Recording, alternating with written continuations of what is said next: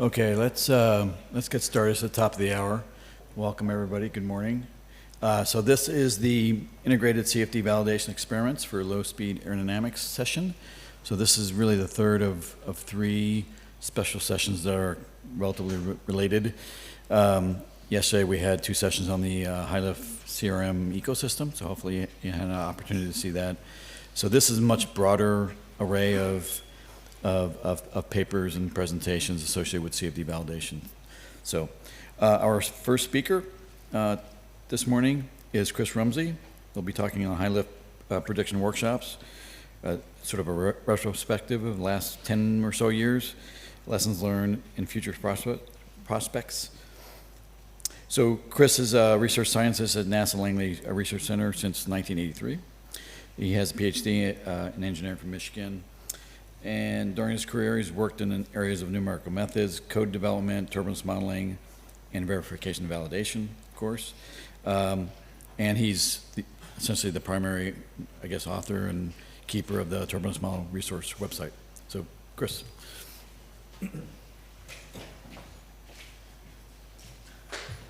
It's a little bit of an older picture there, less gray hair. Okay, do I click on the right or left? Okay. All right, welcome everyone. I'll be giving a brief introduction and then going through, first of all, the general organization and conduct of the high-lift prediction workshops. Jeff and I have been a part of the workshops for a long time, so we have kind of a perspective of the whole the sequence of events from 2010. And then I'm going to be giving some of the major lessons learned from the workshops. There have been 5 so far. And then overall workshop trends and discuss a little bit the future of high-lift CFD predictions. All right, I'll start off though with a cartoon that I made to wake everybody up. So is this the future of flight? We've decided no more airplane takeoff or landings. We simply can't predict high lift accurately enough, so we've got to do it different way. Now I know engineers in the audience, you know, this doesn't make any sense, right? What are you gonna, you can't have the airplane up there forever. And the person flying up, you gotta have really good aim too. All right, the aeronautical CFD community has been struggling for many years, obviously, to accurately and consistently predict high lift flows. And success would enable CFD usability over a wider range of the flight envelope, possibly leading to broader adoption of certification by analysis in the aircraft design process. So the high lift workshop series was initiated to fill in this need. It was started in 2010, was actually started probably a few years before that, the process of getting it ready. But the first workshop was held in 2010. The idea of bringing experts together with a common goal of assessing and improving CFD for high lift flows. And there have been 5 workshops to date. These workshops are run by a steering committee, and they always make use of high lift configurations for which the geometry and the measured data have unrestricted public availability, because we want this to be an open series with international cooperation and collaboration. Lately, the focus has been on the high-lift version of the common research model, as you saw for those of you who were here in yesterday's sessions. And this is being tested in this ecosystem of multiple models across many different wind tunnels. And we encourage broad participation across companies, universities, and research organizations. All right, the first 2 workshops, High Lift 1 and 2, were what I would call traditional workshops, in that participants, the cases were announced, people see them, and they work independently and submit their results to the workshop, and they present them at the workshop. So at the workshop itself is the first time that everyone sees the collective results. And for these 2 first workshops, mostly people ran Reynolds average, Navier-Stokes, or RANS, and compared against wind tunnel data. Then High Lift 3 was similar, but we also partnered, we saw the real need for how important the grid generation and geometry how to bring the geometry together, how important that was. So we partnered with the AIAA Geometry and Mesh Generation Workshop, which was GMGW, and held those collectively at the same time. Then HighLift 4 continued with the GMGW partnership, but we also introduced at that time a new concept of the technology focus group, which really changed the way the workshop worked completely. We have these technology focus groups, each with a different CFD methodology focus. So we had a RANS group, an adaptation group focused on mesh adaptation, a high order group, a hybrid RANS LES group, and a wall-mounted LES group. So each of these 5 teams worked independently during the year and a half or year prior to the workshop, where the participants in each of these groups could see the progress of other participants, which then could affect their own trajectory prior to final submission. So the idea behind this was to get people to accelerate their progress, make more advances, and it would be less surprises at the workshop and more of a collective advancement at the workshop. And so the latter 2 groups, the hybrid RANS LES and the wall-mounted LES, covered the really growing field of the scale resolving simulations, because we saw in previous workshops there was some hint that these were going to be a solution. Okay, and then HighLift 5, which we just held a month ago, continued this TFG approach. All right, now I'll turn to some lessons learned. First, from HighLift Prediction Workshop 1, again, this was held in 2010, it used the NASA semi-span trapezoidal wing body that was tested in the NASA 14x22 wind tunnel. This workshop included an exploration of flap deflection effects. At this workshop, there were 21 participants and 39 sets of CFD data, and grids at this time typically had well less than 100 million, and I say the word unknowns, but either grid points or grid cells. CFD at this workshop tended to underpredict lift, and remember, most people ran RANs for these, tended to underpredict lift, and there was a big spread near stall, as you can kind of see in the bottom right-hand picture. Now, at this time, too, when people ran CFD, generally speaking, it was just the wing, the flap, and the slat, and the body, but no support brackets. It was just too complicated for people to run at that time, generally speaking. A few people tried it, but most people ran with no support brackets at all. The few people that did try it, generally speaking, got lift even lower, so it was worse results, tending away from the experiment. At this workshop, we also saw evidence of multiple solutions, so what we call a low lift branch at high angles of attack. So some people would get higher lift, some people would trend down at the lower levels. And at this time, people discovered this idea of, or introduced the idea to the workshop participants of warm starts as a way to attempt to avoid this early CFD going to the low lift branch. So what this means is they would start at the low angles of attack and then use the lower angle of attack solution as an initial condition for the higher angle of attack solution. And then at this workshop too, the effect of flap deflection was generally overpredicted near CLmax by most participants. Okay. HighLift 2, we used a different experiment, the DLR F11 semi-span model, which was tested at Airbus, BLSWT, and also the ETW.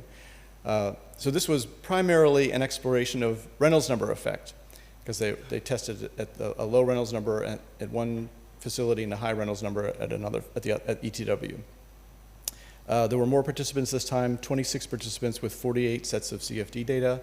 The grids were probably similar to HighLift 1, but maybe a little bit finer, but generally most still ran less than 100 million grid points or grid cells. A CFD verification study was included in this workshop for the first time. And for those of you who know the TMR website, that's a lot of these cases came from that, but the importance of verification is to ensure that people have implemented a certain turbulence model accurately and don't have mistakes or don't have a different variation of the model being compared with that everyone else is assuming is the same model. It was noted here from oil flow pictures. So here we had oil flow, and it was noted from oil flow pictures that near stall, the slat brackets were influential in causing these wedge-shaped regions of separated flow near the rear portion of the main wing. And the same key feature has been noted for all workshops thereafter. So this is a real important finding, especially outboard.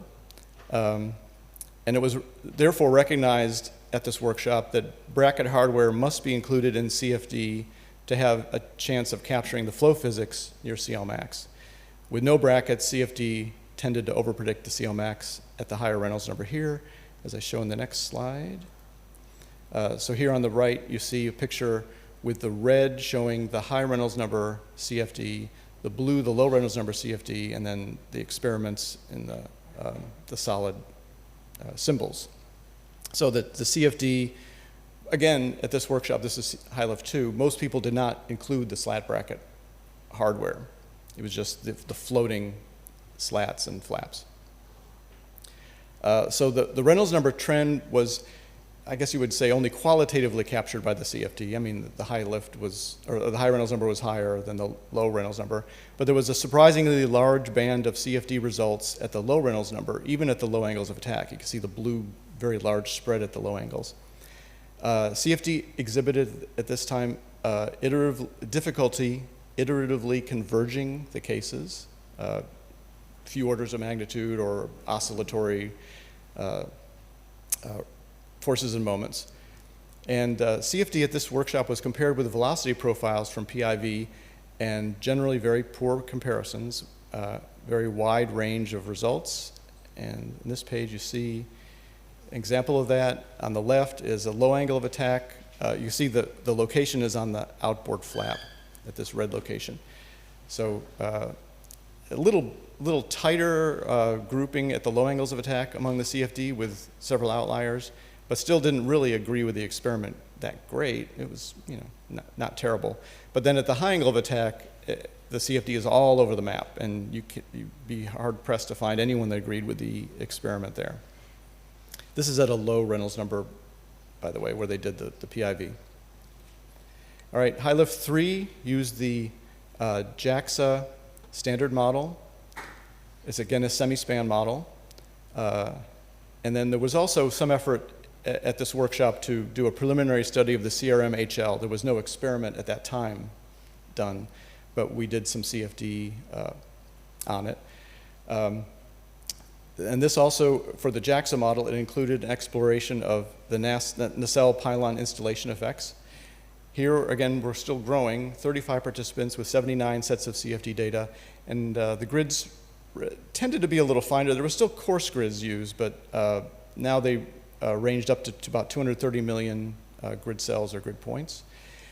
In this, we had, again, a verification test here, and in the Spilardo-Maris verification test, only 32% of those who submitted data for the verification test passed. So 1/3 passed, and 2/3 did not. So as a result of that, we're thinking still at this time that some of the variations seen among the CFD results at workshops like this may be due to codes that have not verified their turbulence model implementations. In other words, they might be using SA with some modification that they aren't telling people about, or maybe a mistake. And then other variations would be from insufficient iterative convergence or insufficient mesh convergence. So CFD again yielded big spreads in forces and moments near stall, as you can see on the right picture. No nacelle pylon on the top, and then with nacelle pylon on the bottom. And then it was seen at this workshop that when RANs happened to agree with CL near CLmax, it was fortuitous. But a scale resolving lattice Boltzmann method appeared to agree for the right reasons. And I show that in the next slide. Here we're looking at pressures at the outboardmost station on the wing, location HH. And you can see most RANS results, which are shown in red, are showing a big separation. And it turns out this is a a major separation event behind one of the slat brackets, which we'll go into more detail in the next workshop. But the lattice-Boltzmann result was doing well here. All right, from high lift 4, it focused on the CRM high lift configuration, which was the NASA 10% semi-span test article tested in kinetic wind tunnel. This included an exploration of flap increment effects at low angles of attack. And here we had 44 participants and 184 sets of CFD data. And there were over 170 meshes created or submitted for this workshop. And the grids now were starting to get quite a bit finer, 150 million to 600 million unknowns for this workshop.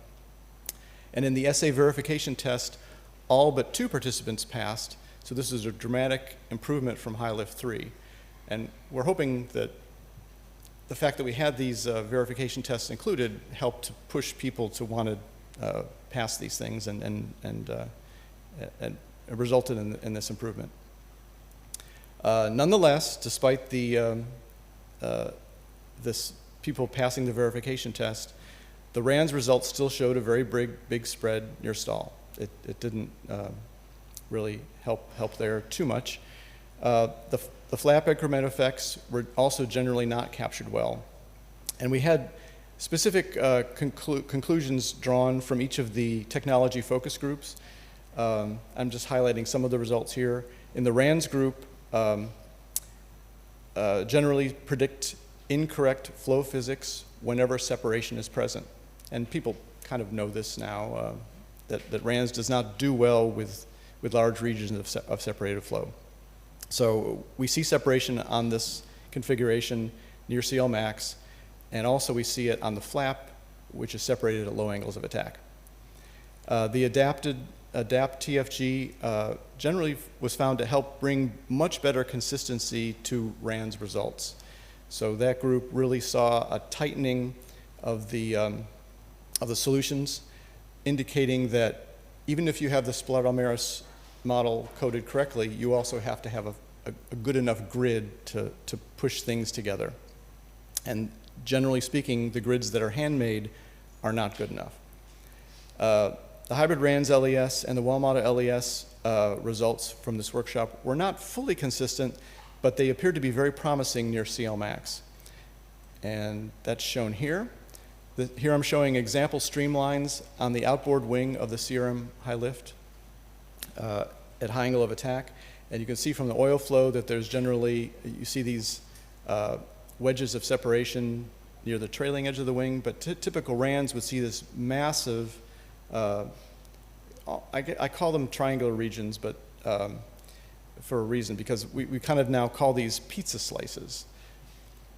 And so the so-called RANS pizza slices cover nearly the entire chord of the outboard wing, whereas reality is more like small triangular pastries. Okay, now for high lift 5, this didn't make it into the paper because I had to write it early, and we just held this workshop, but I put a slide here discussing it a little bit. This again used the CRM high lift, but now it's the Honora 5.1% full span test article tested in the Honora F1 wind tunnel. It included exploration of component buildup effects, so going from just wing body slat, wing body slat flap, and then wing body slat flap engine nacelle. Now here we had 103 participants and 365 sets of CFD data. So by this point, we have a whole team of people that are analyzing the data, fortunately, because it's getting to be so much data. There were over 245 meshes created and submitted for this workshop in a huge range of grid sizes. And we had actually many billions of cells or points for wall-mounted LES. And we found here that the inclusion of the flap notably hampers the ability of CFD to capture CL max. And this is kind of shown here at the bottom. For RANS on the left, we see the slat-only results. And again, RANS is kind of messing up near CL max, but some are doing actually reasonably well near the top end here. But when the flap is added, you see a very large deterioration in results. And then the wall model LES is shown on the right, where they pretty much nail it for the slat only. And then with a slat plus flap, they start to fall apart a little bit near CL max. And we also see at the low end a bifurcation in the results that is still a big mystery to us, where some of the wall model LES does well in terms of predicting the flap separation, which tends to give it results that line up with the experimental CL. And then about half of the wall model LES results overpredict lift, where they're predicting too healthy of a flap flow behavior. So RAND still predicts for this workshop a big spread and incorrect physics with these pizza slices near CL max, with the flow around the slat brackets its biggest nemesis to achieving iterative convergence. Once the slat is added with the slat brackets, no one with the RANDs could converge results at high lift. It's almost impossible to converge these results beyond, what you would consider not very good. The wall model LES and hybrid RANDs LES show correct qualitative stall onset mechanisms, but some issues still remain, and these include transition onset handling and separation state of the flap at the low angle of attack, as I talked about a minute ago. Okay, just very briefly, some overall trends in the future. Consistency and codes, between codes and CFD uncertainty. Because of the focus I think we've placed on verification and consistency in the workshops, this has been gradually improving. And as more participants in codes are shown to agree, others are encouraged to figure out what they're doing differently. And also you see other workshops, people are really focusing on verification much more. And this strong consistency helps establish reference solutions and codes that can be trusted. And this also pushes the causes of disagreements just to discretization error and iterative convergence error. So there's more of a focus now on that once we have these codes that we know are coded correctly. And I believe this trend is going to continue. Experimental uncertainty in the ecosystem. As additional testing in the ecosystem occurs with different models and different tunnels, we'll gain a better understanding of the experimental uncertainties near CL max, and an improved understanding of the flow physics will also emerge, particularly due to concerted efforts now to start collecting off-body data. And I believe someday soon we'll start to see plots like this, where we have a CFD with its uncertainty band and an experiment with its uncertainty band, and they will overlap, hopefully. And then CFD assumptions versus reality. To date, CFD has typically been run fully turbulent in free air, comparing against wall-corrected wind tunnel data. Now, some of this has been already done in the past, but probably future workshops will likely include more concerted efforts to run CFD with wind tunnel walls included. And this will take careful coordination to make sure the CFD boundary conditions between the codes are consistent, because this is going to introduce another uncertainty in how everyone's running everything. Probably explore effects of aeroelasticity, which has not been done in any of the workshops to date. And then we'll include transition specification or predictions, which there was some of that in the first workshops, but it kind of fell off, and there has not been much focus on transition prediction in the later workshops. For the scale resolving methods, technologies like wall model LES and hybrid RANDs LES will continue to mature. They're already acknowledged to be a great improvement over RANDs methods for high lift. And as these capabilities grow, more people will make use of them. We'll have better best practices, which are currently, we're still working, and will engender greater trust in these methods. And I think that automated intelligent meshing for these methods will become a necessity and hopefully then a reality. All right, so for RANDs, hard to say here, because we keep thinking, do we really want to include RANDs in future workshops? But I think that they still are needed primarily at lower angles of attack to provide new reference solutions for particular turbulence models of interest as a guide, maybe for these scale resolving simulations. However, at the recent workshop, there's this group that feels that we shouldn't quite give up yet, that improved iterative convergence and meshing practices could make RANDs more useful even near CL max. Maybe I'm not holding out a lot of hope for this, but maybe it would mitigate this pizza slice issue.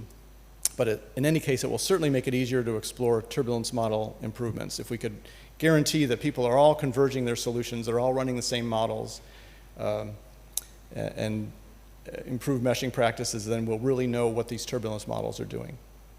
And then efforts to dramatically and generalizably improve RANS models using machine learning, it's being tried now. I would say it's not encouraging at this point for generalizability, but it's a very rapidly advancing technology, and a game-changing breakthrough could occur someday. And in fact, we're considering for future workshops to include a machine learning component to help encourage collaboration between the computer scientists who do machine learning and the CFD developers and aeronautical engineers. All right, so although there's always more to do, the high-lift workshops have been a fertile ground for improved insights, greater understanding and the limitations and uses for traditional CFD methods, and new technology advancements in high-lift predictive capability. It's been a great pleasure and honor for me to have been a part of it, and I'm going to end with make you suffer through 2 more cartoons. So here, the engineers have solved high lift. Whatever should we do with the profits? Our choices. This is, by the way, a senior leader meeting. Well, we can make flying a pleasant experience again, or we can put in some gold toilets in the executive washrooms. And then the final one, the humans have finally figured out high lift. Big whoop. And that's supposed to be a mouse, but it looks like some weird creature there. Thank you.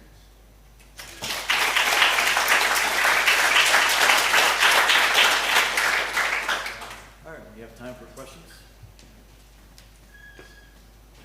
Any questions in the audience? All right, enjoyed the talk. So I think one of the last comments that you made on the last high-lift prediction workshop was that the RANS code struggled with iterative convergence, and they also didn't compare well to the data at high-lift conditions. Mm-hmm. Is there maybe some large-scale unsteadiness that's not being captured by the RANS that maybe we need to think of maybe running unsteady RANS? Maybe there's an instability that's just not turbulence that needs to be looked at. Yeah, that could be, but people have run unsteady RANs in a lot of these workshops and have, it hasn't been a solution so far. Okay. But you know, it could be, again, we got the model, we've got the grid, it's hard to know how to isolate what that issue is. But so far, RANS has very consistently proved to be a failure. Okay. Even Thanks. with adaptive meshes. That's right. I mean, the adaptive meshes brought the results closer together, but they were closer together wrong. But they were at least getting consistent results, which gave us more confidence that this wrong solution was the solution. Talking about modeling. Yeah. Now you're saying. Mm-hmm. Marshall Galbraith from MIT. So now that you've brought down that spread, you can actually start talking about the modeling error in the RANS model. That's right. So this is now the next step where we've identified the deficiency in the RANS model. That doesn't mean we can't change the RANS models. They're not frozen in time and can That's never right. be modified. Mm-hmm. And we have a golden opportunity here, I think, to actually improve the actual RANS models and actually focus on the modeling error. That's right. And so far, most of the focus has been on the Spillard-Almaris model. It's behaved the best for all the cases through the workshops. It's tended to give the highest lift, which tended to agree best with the experiment. So people have kind of honed in on that. But it may not be the right model. It may be a better model out there that will. Yeah, the reason people do that is because it's the one model that's solvable.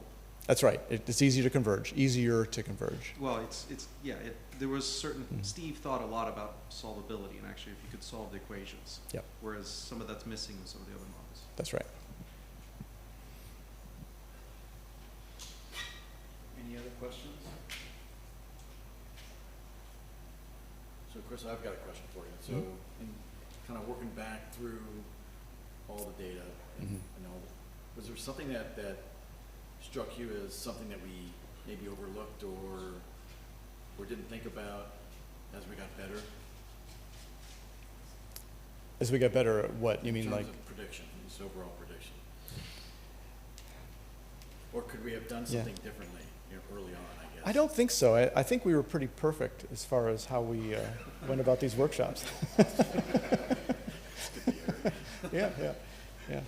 No, I mean, you have to, obviously when you look back in time, it's hard to imagine now running without brackets. Like, why would you run without brackets? But at that time, that was the best we could do. So, well, keep in mind too that the brackets were not as clean as they are now. Mhm. On the Hilux. So you had bundles, and That's remember, right. it was very difficult to even figure out exactly what you had to model, right? Yeah, So that's we true. didn't, we didn't know, Mhm. and we didn't have the tools, I don't think, in place to do that too, generally speaking. Right, it was very But difficult to make just those grids, yeah. So what strikes me is the coarseness of the meshes that we were running back then. Oh, yeah. You know, if we were to go back and Mhm. rerun this with the meshes that we run today, would we see something different? You know, Mhm. that's kind of always a question for me. Yeah, yeah. Well, the thing is, we're still getting the same result. We're still getting the same overall results, even with these finer grids. Yeah, yeah. So, Yeah, no, that was another observation that I Mhm. actually made over the history of these workshops, is every single time we try a problem, see we couldn't do it, and then we go to the next workshop and make a harder problem, see that we couldn't do that, and then we'd make a harder problem and see that we couldn't do that, as opposed to going back and revisiting some of the earlier problems and see, Oh, I see well, what you mean. have we Right. actually made improvements, and Yeah. can we actually do the one we couldn't do? like, could we go back and do the trap wing or Yeah. one of the early Can we ones? actually handle that one now today, even when we couldn't do it a decade ago? All right, we need to move on. Thank you, everybody.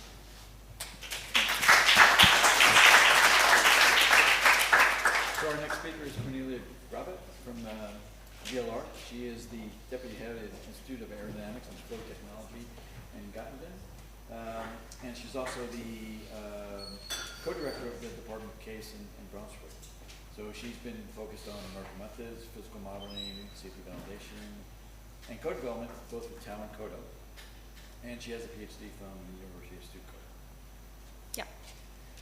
Thanks for the introduction. Thanks for the possibility to present our work here. So as you can see from the list of authors, this is not my work, and I'm sure the list is still incomplete. So a lot of people contributed to this work. And compared to the presentation we just saw from Chris and also from the presentations from yesterday, this talk will focus more, let's say, on fundamental test cases that we looked at to do CFD validation and also maybe some improvement of modeling capabilities. I will start with a brief motivation, also the current project framework we are working in doing CFD validation, and then I will give two examples of experiments that we did and about what we learned so far, and then a more general, let's say, overview and lessons learned from our CFD validation activities in the last years, and I will close with an outlook. So I decided to skip the overall motivation because we are in the fourth day in the conference. You probably have an idea about overall motivation of CFD and validation. But what I wanted to point out here is when we want to use some multidisciplinary analysis and optimization in the end to do design of aircraft or optimization, then the basis for all this is the modeling and the CFD. So first you need the models, and then you can implement them into your CFD codes.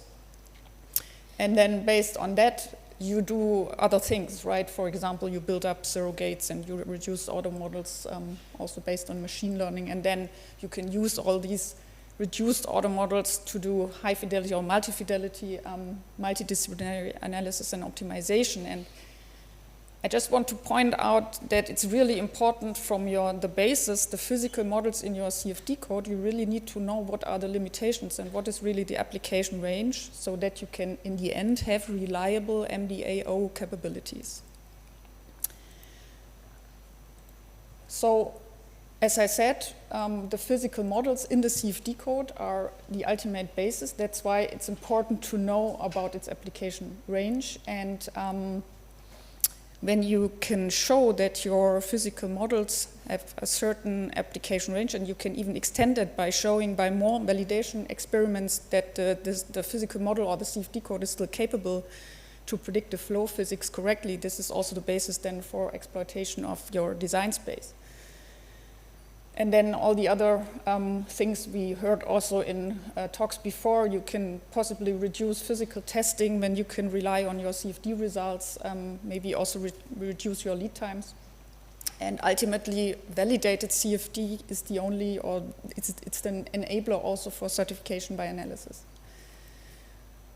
A lot of people ask, why do you need new experiments for that? We have so many, we have wind tunnels much longer around compared to CFD, so there are many data available, just use them.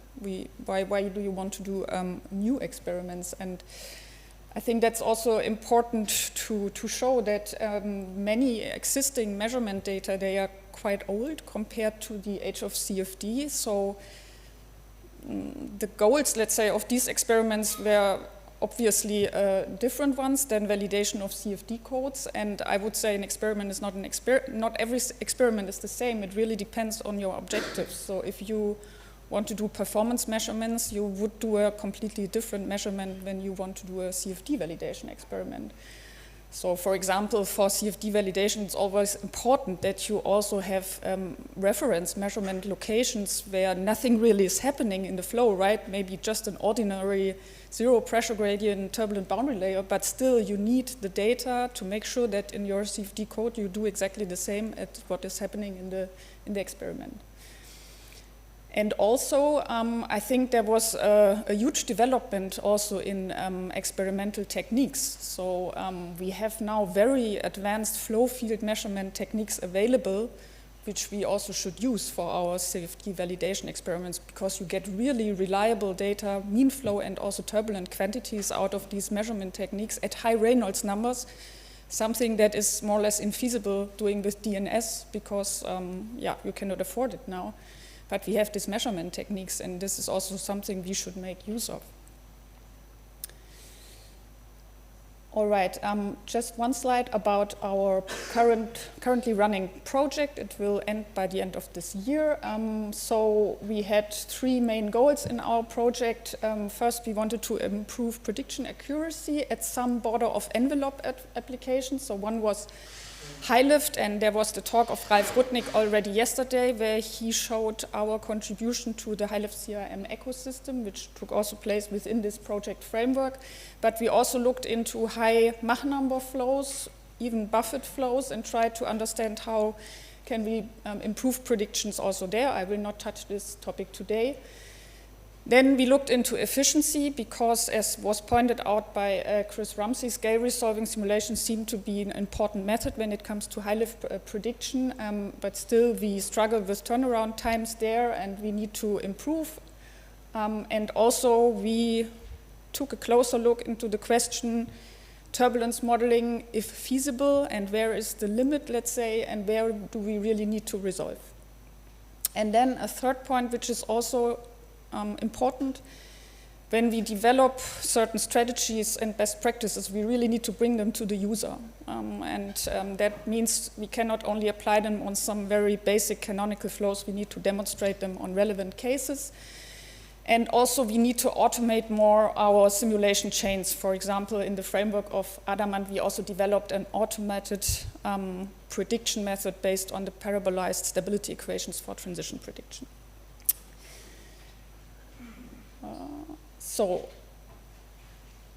in Adamant, besides the CRM high lift measurements that were done, we also decided to do more basic experiments that somehow, let's say, feed the more complex experiments. So we really try to isolate certain flow phenomena and do very high quality measurements on these isolated flow situations. So the more isolated a flow phenomena is, the higher are our expectation when it comes to the measurement data we get out of it. So we really want to have very high quality measurement data for such flow situations, and we decided on the turbulent boundary layer and separation and reattachment. I will give more details in a minute. There are more experiments we did in the past, and due to time restrictions, I cannot talk about all these experiments. I will point out a few results from the turbulent boundary layer and strong pressure gradient experiment that we did. This is related to smooth body flow separation, obviously. There was a series of experiments we did. And we had also 2 other experiments about longitudinal vortices interacting also with turbulent boundary layers. This was motivated by strake vortices that you usually have on the nacelle and that interact with the main wing boundary layer. And we also looked into wake flows under adverse pressure gradient.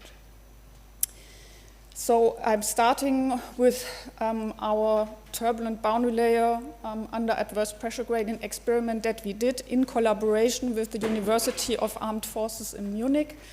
We used their atmospheric wind tunnel, and you can see the setup of the experiment on the left-hand side. So it's a very simplified setup. As I said, it's more or less a ramp that is mounted on the wind tunnel wall. And we used several or different systems of particle tracking and PIV methods to, let's say, capture all the details of the flow, especially on the downstream ramp, where the turbulent boundary layer really feels a very strong adverse pressure gradient. We did 4 experiments in total, and we had very high Reynolds numbers, up to a Reynolds number based on a momentum thickness of 50,000. We had both turbulent boundary layers that were subjected to the pressure gradient but not yet separated, and also separated boundary layers. There is already a large number of publications available from these experiments, both from the experimental point of view, also from the CFD point of view. I will just point to some results we saw from this experiment. So we really looked into the turbulent boundary layer, how it looks like under adverse pressure gradient. And we saw, I'm going to the next slide, we saw on the left-hand side, so you see the U plus over Y plus plot, a certain erosion of the log law in such flow situations and the emerging of a half power law. And we adapted our standard turbulence model, which is a differential Reynolds stress model based on the SSG LRR model, to better account for such adverse pressure gradients. And you can see in the middle picture where the skin friction is plotted over the length of this ramp. So CF approaches a separation, it comes closer and closer to 0, and you can see we compared different measurement methods here with our CFD results, and our, let's say, new or adapted turbulence model can better predict the susceptibility of the turbulent boundary layer to flow separation. Also, what was important from these measurements, that we really tried to figure out what is the most reliable experimental method to get skin friction coefficients. It's not an easy task in an experiment. So we compared different methods based on PIV or particle tracking data and oil-film interferometry, which is still, let's say, our reference. And what we clearly saw is when we used the particle tracking data and the closer chart method, which uses the standard log law, we get more uncertain results and also less accuracy compared to the other methods. Then I will talk about our recent experiment. That's the Adamant experiment. Actually, we were addressing here, as I already said, shape and size of turbulent separation bubbles. And you maybe are also aware that there is this apparently contradictory experimental situation between the backward-facing step and the hum flow. There are these very, let's say, well-known and popular data from Driver and Sigmiller and Greenblatt. And when you match the backward-facing step, you usually cannot match the hum flow. And we wanted to give this another we want to spend another look on such a flow situation. So we designed a new experiment that is also parametric. So we we started, let's say, at the classical backward facing step, and then reduced our ramp angle to 45 and 25 degrees. And we also did measurements in 2 different tunnels, one wind tunnel and one water tunnel. I will come back to that in a minute. So first I show the setup of the wind tunnel experiment. You can see the test section here. It's the 1 meter tunnel at DLR in Göttingen. So there we had to mount a flat plate more or less on the wind tunnel wall, and you can see this red and orange area. So the red area is the step module. So downstream towards the orange area, there's the step, and the orange area indicates the measurement technique module that we used here. We had in total 4 different Reynolds numbers that we investigated. And we had an exchangeable step height, as I explained. And we had one insert in this orange field. We used a glass insert doing Lagrangian particle tracking based on the shake the box approach, which is a very highly accurate way to retrieve, to get flow field data based on velocities, but also Reynolds stresses. And you can see here on the picture that we had 2 measurement volumes, one in the area, focus area where the flow separates and reattaches, but also one upstream of the step to get high quality data about the inflow conditions. And we had a second insert that is not shown here. This was a carbon layer insert for temperature sensitive paint, because we are also interested into the capabilities of TSP. If TSP is able to predict separated flow regions, if we can get the information we would like to see, like the reattachment region and so on, because then in the future TSP could be also an alternative to oil flow visualization when it comes to the detection of separated flow regions. And we wanted to have both measurement techniques here to be able to compare between these 2 methods. You can see here an impression from the Lagrangian particle tracking experiment. This is the classical backward-facing step. You can clearly see the particles moving and the shear layer forming and the separated region. And if you have a very close look to the root of the step, you even see the secondary separation bubble emerging. The good thing about the wind tunnel was that it has a very good optical assessment, which is of course important, and it's an in-house facility. This always simplifies your life a lot if you have a lot of equipment. But as we had to mount the plate on the wind tunnel wall, we had some history effects in our boundary layer, and there were also some drawbacks concerning the measurement techniques and the accuracy that we can achieve in a wind tunnel with these techniques. So that's why we decided to go into a water tunnel. This is the large water tunnel at the University of Brunswick. We had the same Reynolds numbers, the same geometrical setup, but here we have a centrally mounted vertical flat plate. Maybe I go directly to the pictures here. On the right-hand side, you can see the flat plate in the tunnel. And the ramp was located on this plate. Here we only looked into the 25-degree step because this was, let's say, the most important or the most interesting configuration for us. And we had here 3 different inserts, again, one for the particle tracking, one for TSP, and another one for the pressure. And we also characterized inflow conditions at different positions in the wind tunnel to make sure that we get all the information we would need to compute this experiment with CFD. The advantages are, of course, when it comes to the measurement techniques, that the flow velocity is reduced compared to the wind tunnel. We had here a fresh boundary layer because we had the new plate in the center of the tunnel. But of course, there's also some drawbacks with water. The water handling is quite complicated, and when you use optical flow measurements and you have a pollution, you have a lot of, let's say, particles already in the water, and from the beginning it also makes your life not easier, and we even had some oxidation problems.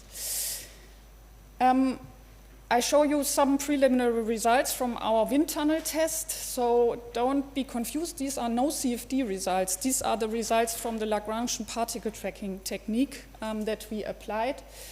And you can see here the 3 different geometries, and we also see what we more or less expected, that we have for each of the steps, or for the 90 and 45-degree step, a secondary separation bubble emerging. For the 45-degree step, we even see a 3rd small separation bubble very close to the start of the ramp, and we don't see any such effects in the 25-degree ramp. And you can see also on the right-hand side the reattachment points. This brings me to an overview of our reattachment points that we got from the experiments for the 4 different Reynolds numbers and the 3 different geometries. And it's interesting to see that for the 90 and 45 degrees, they match quite well. There's almost no difference, while for the 25-degree step, the reattachment point is always more upstream and the separation bubble is always smaller.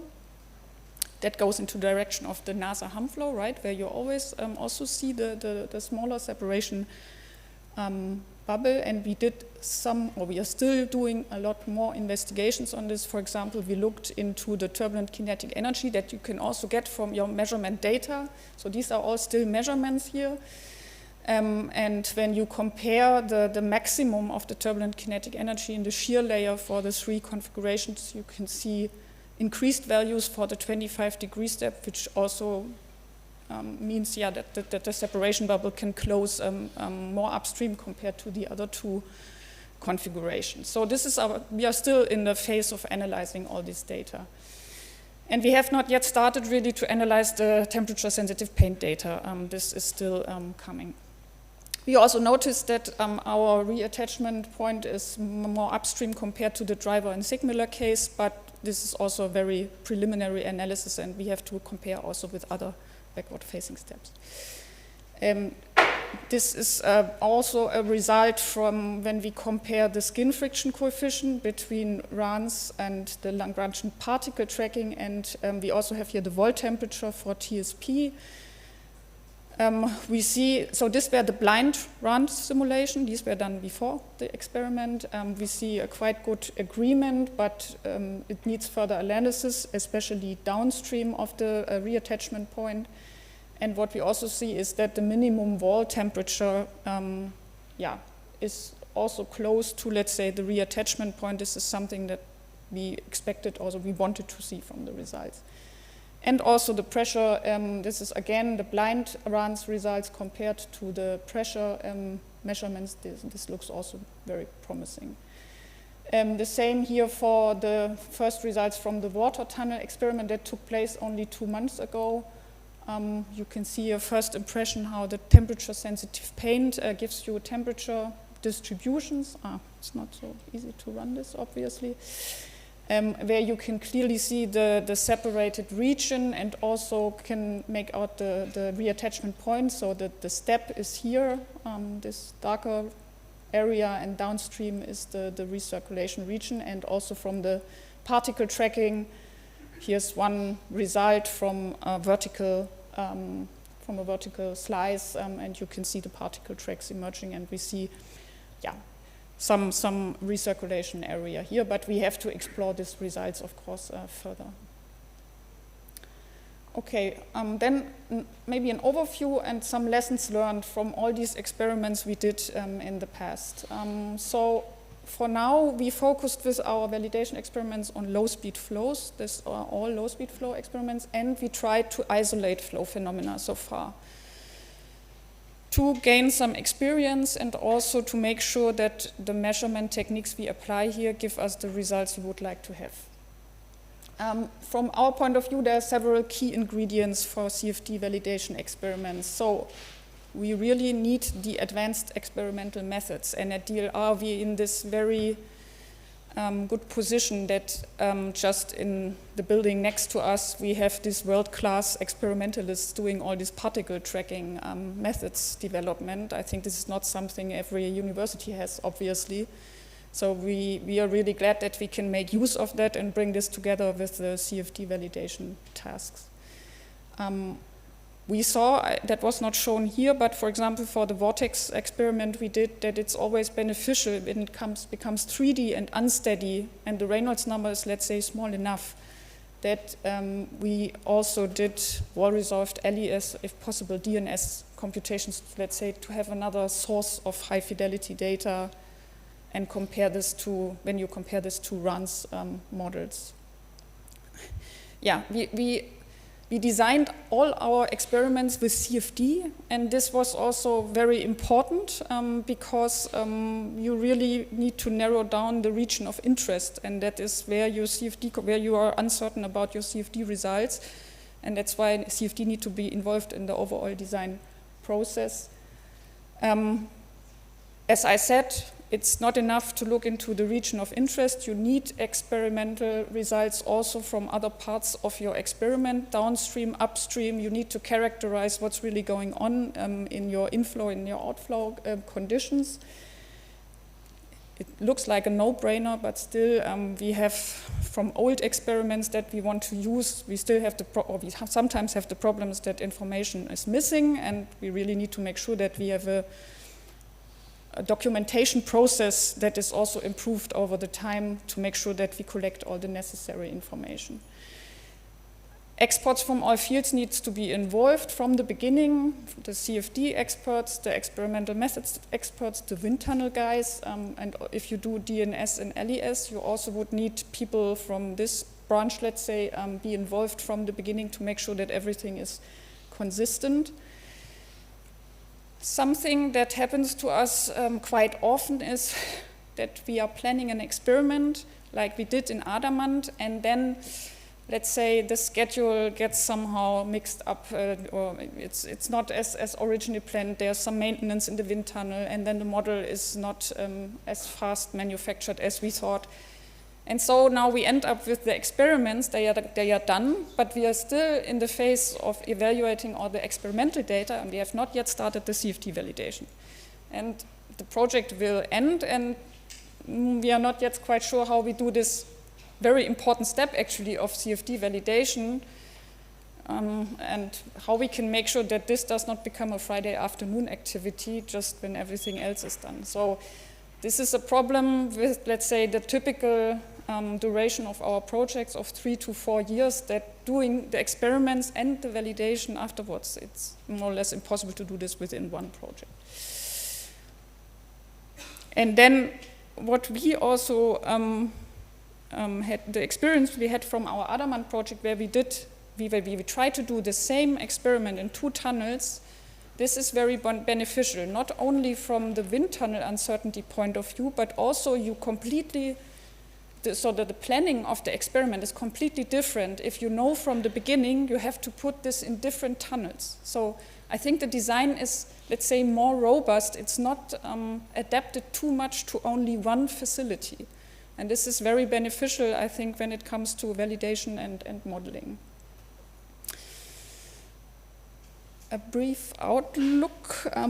So also in Adamant, we did a parametric experiment. So we had this different geometries for the ramp we had. We think this is something that should be continued or should be done more to have some parameter variation in the experiment. Just one example from an EU project where we participated. There we designed a numerical experiment actually where the idea was to use DNS for such, again, a turbulent boundary layer that is subjected to certain pressure gradients.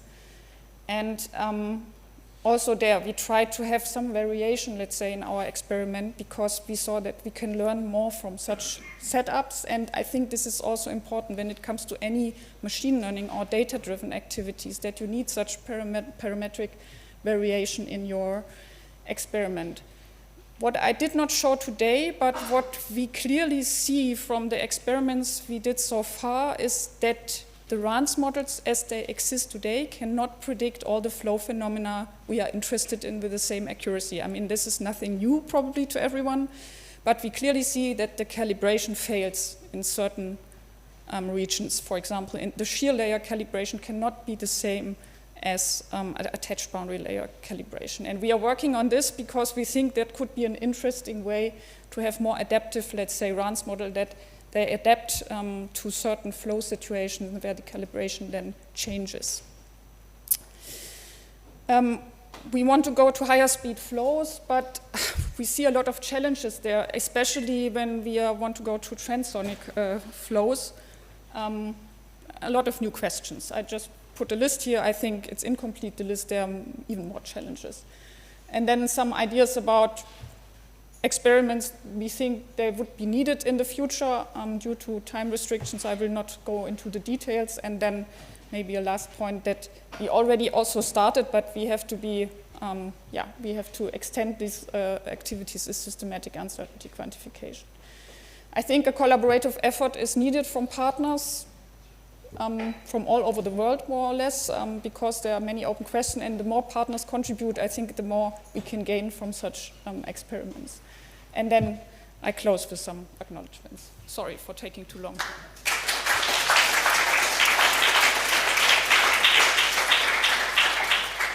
I think we have time for more questions. Thank you a lot for the very interesting talk from the University of Stuttgart. I have a question regarding the Lagrangian tracking. I saw that the flow was very intense, like very dense of Lagrangian particles. Do you first account for the interaction, also the influence of the particles on the airflow? And the second question, would you say you consider, is it good to also do multi-phase flow simulations with Lagrangian particles to see maybe some influence of the separation?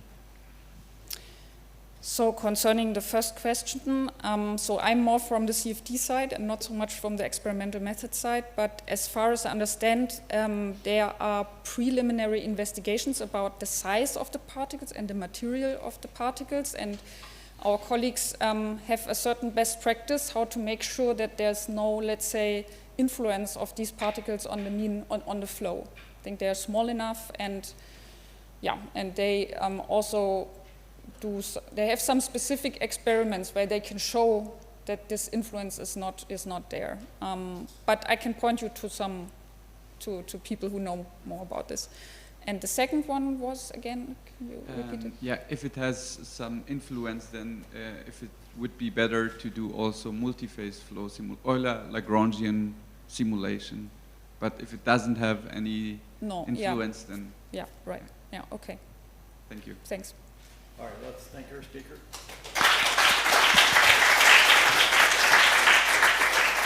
So next up is Chris Roy. He's a full professor at the Virginia Tech University. He has co-authored over 200 books, articles, chapters on a whole range of topics in CFD, verification, validation, and uncertainty quantification. He has a PhD from North Carolina State University in 1998.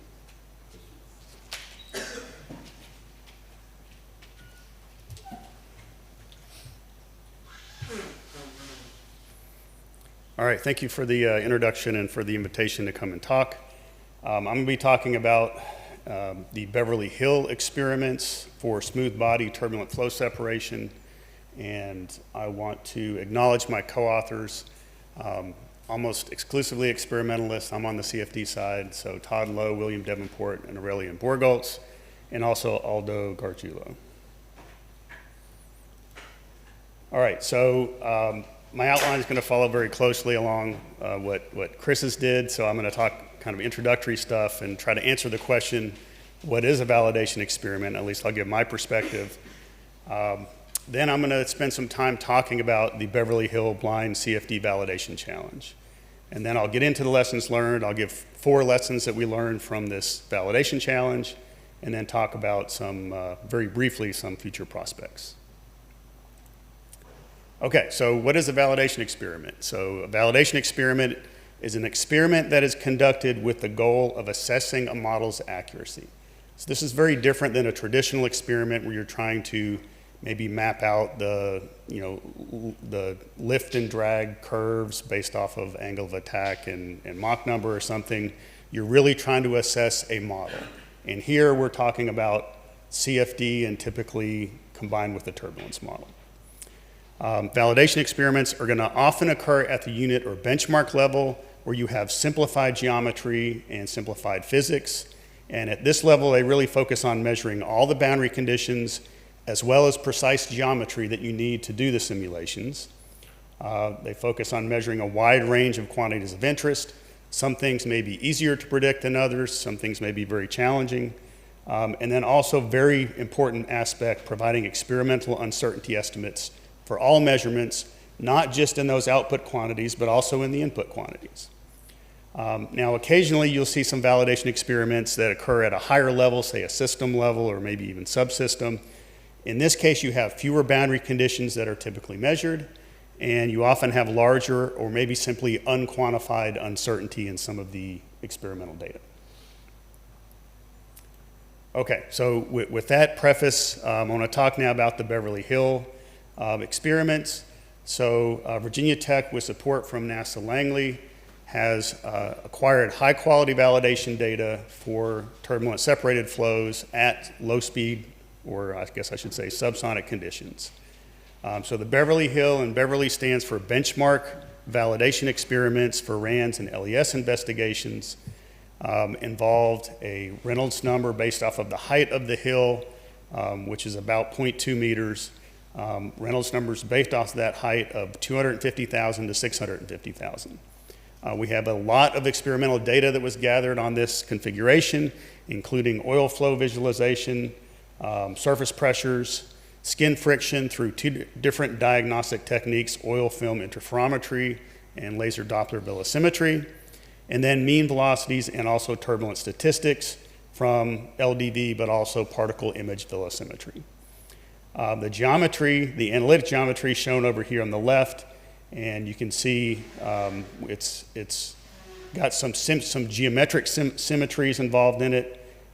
It's designed such that we have no curvature discontinuities in the geometry, and there's two hills that were fabricated. So the first one we call the pressure hill, and you can't really see it on here, but there's 135 pressure taps drilled into the pressure hill. And then the LDV hill, a separate hill, was designed to give optical access that's needed for the laser Doppler velocimetry. Okay, very briefly I want to mention about the facility where we did the testing, the Virginia Tech Stability Wind Tunnel. It's shown here, it's a closed circuit wind tunnel. If we zoom in, this is the test section. It also has an anechoic test section where they do air acoustic testing, but we focused on the hard wall test section. You can see over here, it's about 1.85 by 1.85 meters, so it's a fairly large tunnel. I can walk in it, and the ceiling is higher than my height. And here's an image showing the Beverly Hill mounted. This is mounted on the port wall, so it's mounted on a side wall of the wind tunnel. And we have some reference pressures that are measured upstream on the opposite or starboard wall. Okay, so data is either available or will soon be available for 3 different orientations of the hill, 0 degrees, 45 degrees, and 30 degrees. This last orientation, the 30-degree case, was the subject of this blind CFD turbulence model validation challenge. And this was held at the AIAA aviation meeting this summer, really just last month in Las Vegas. The boundary conditions, geometry, and a systematically refined family of grids were made available a year prior to that meeting. However, experimental data for the output quantities, and as you saw all those different diagnostic techniques, we measured lots of different things. That was not revealed until all the participants submitted their results, and we presented that at the conference. You can see an example of one of the coarser grids shown here. We're only modeling the test section, so we're not modeling a contraction of the tunnel, but the test section is extended upstream here in order to be able to match the boundary layer properties roughly 2 meters upstream of the center of the hill. I will also point out these are the reference pressure tap locations. This is where we measure the reference pressure, so this is a theme that I'll come back to a little bit later on. And to give you an idea what the flow looks like, I've got an oil flow visualization shown here. The flow is going left to right. You have attached flow on the windward side. On the leeward side, at this orientation, it's not geometrically symmetric left to right when it's at 30 degrees. You get separation that occurs here on the left side, and I've kind of highlighted that separation zone approximately here. It's a little bit hard to tell from the OFI, but you get a picture of the complexity of the flow. Obviously, a lot of adverse and favorable pressure gradients involved, a lot of curvature involved as well. Okay, so in terms of the data that's available, we have, as I mentioned, 135 pressure taps on the pressure hill, and those are shown here in these configurations. Now, we can get a better coverage of the region by essentially rotating it by 90 degrees, so it's nominally symmetric in those rotations.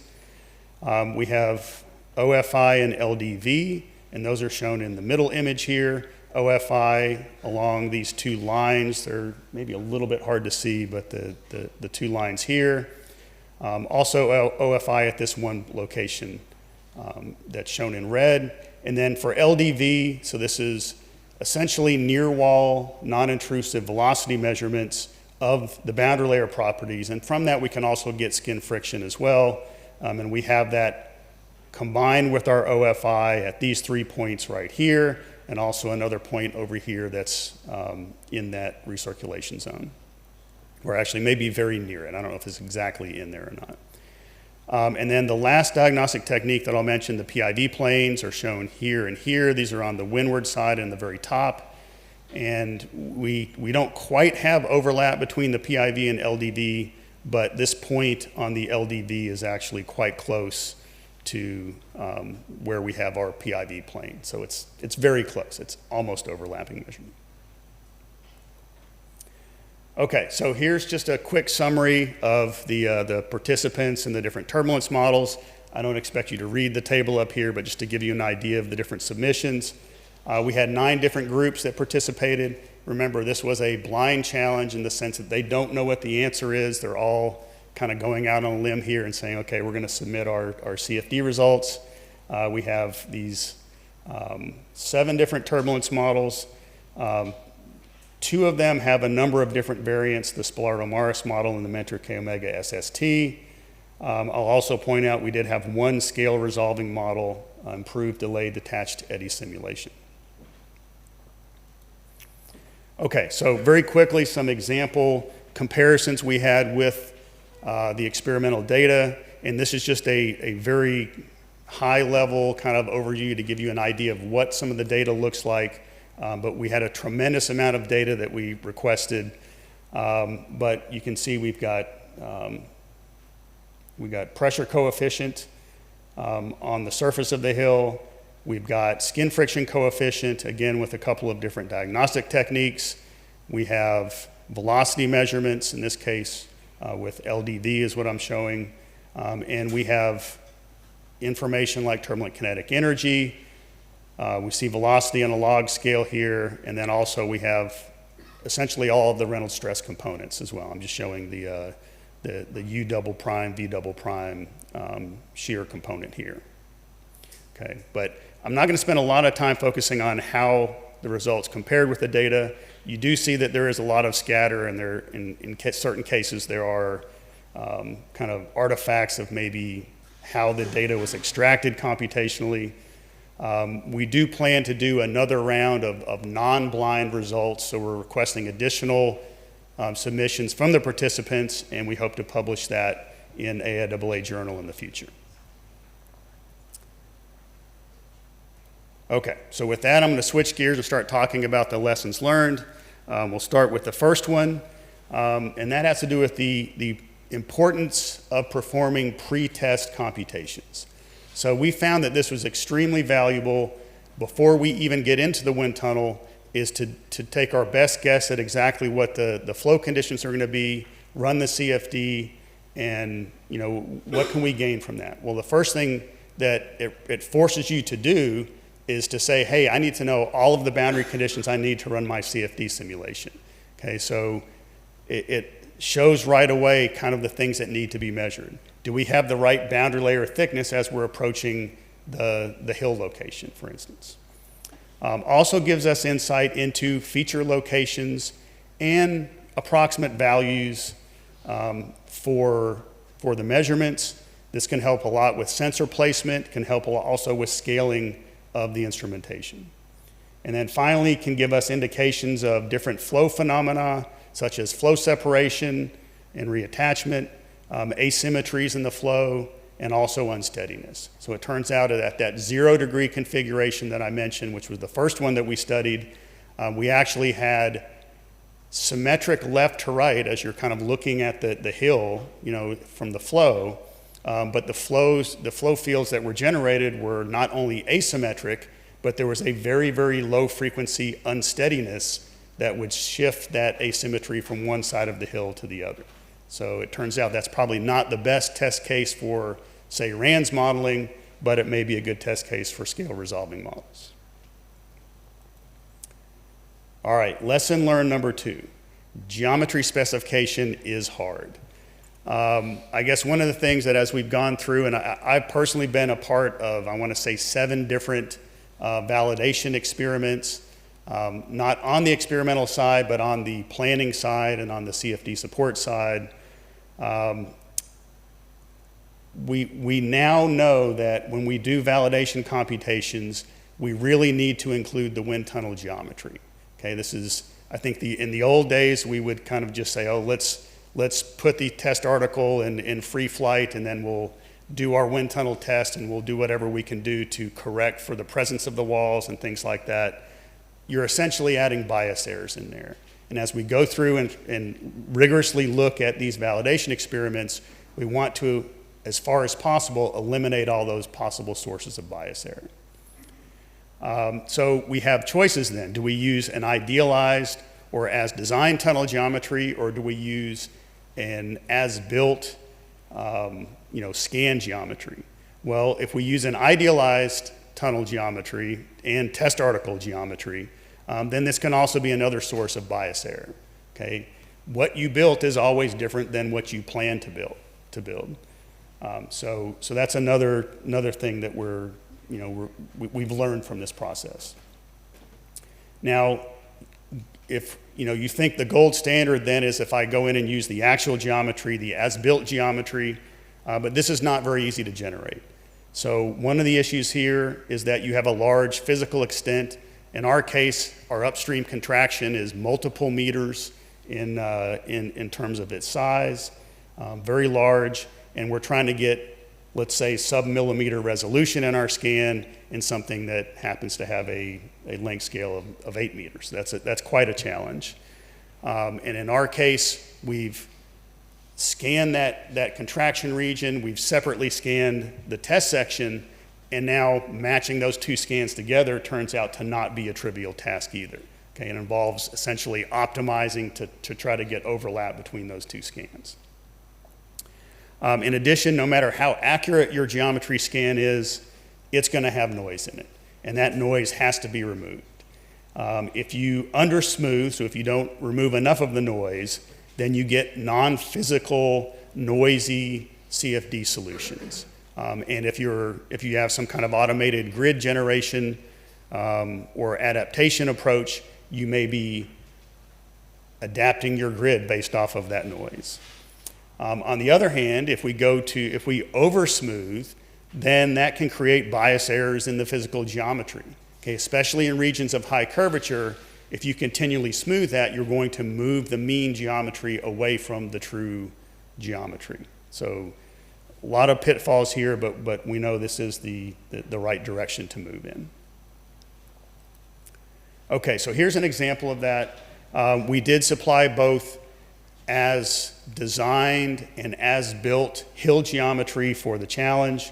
And so I'm going to look at the pressure coefficient along this line of pressure taps right here. And I'm going to show you results from one of the contributors that looked at 5 different turbulence models. So that's what the 5 different lines are here.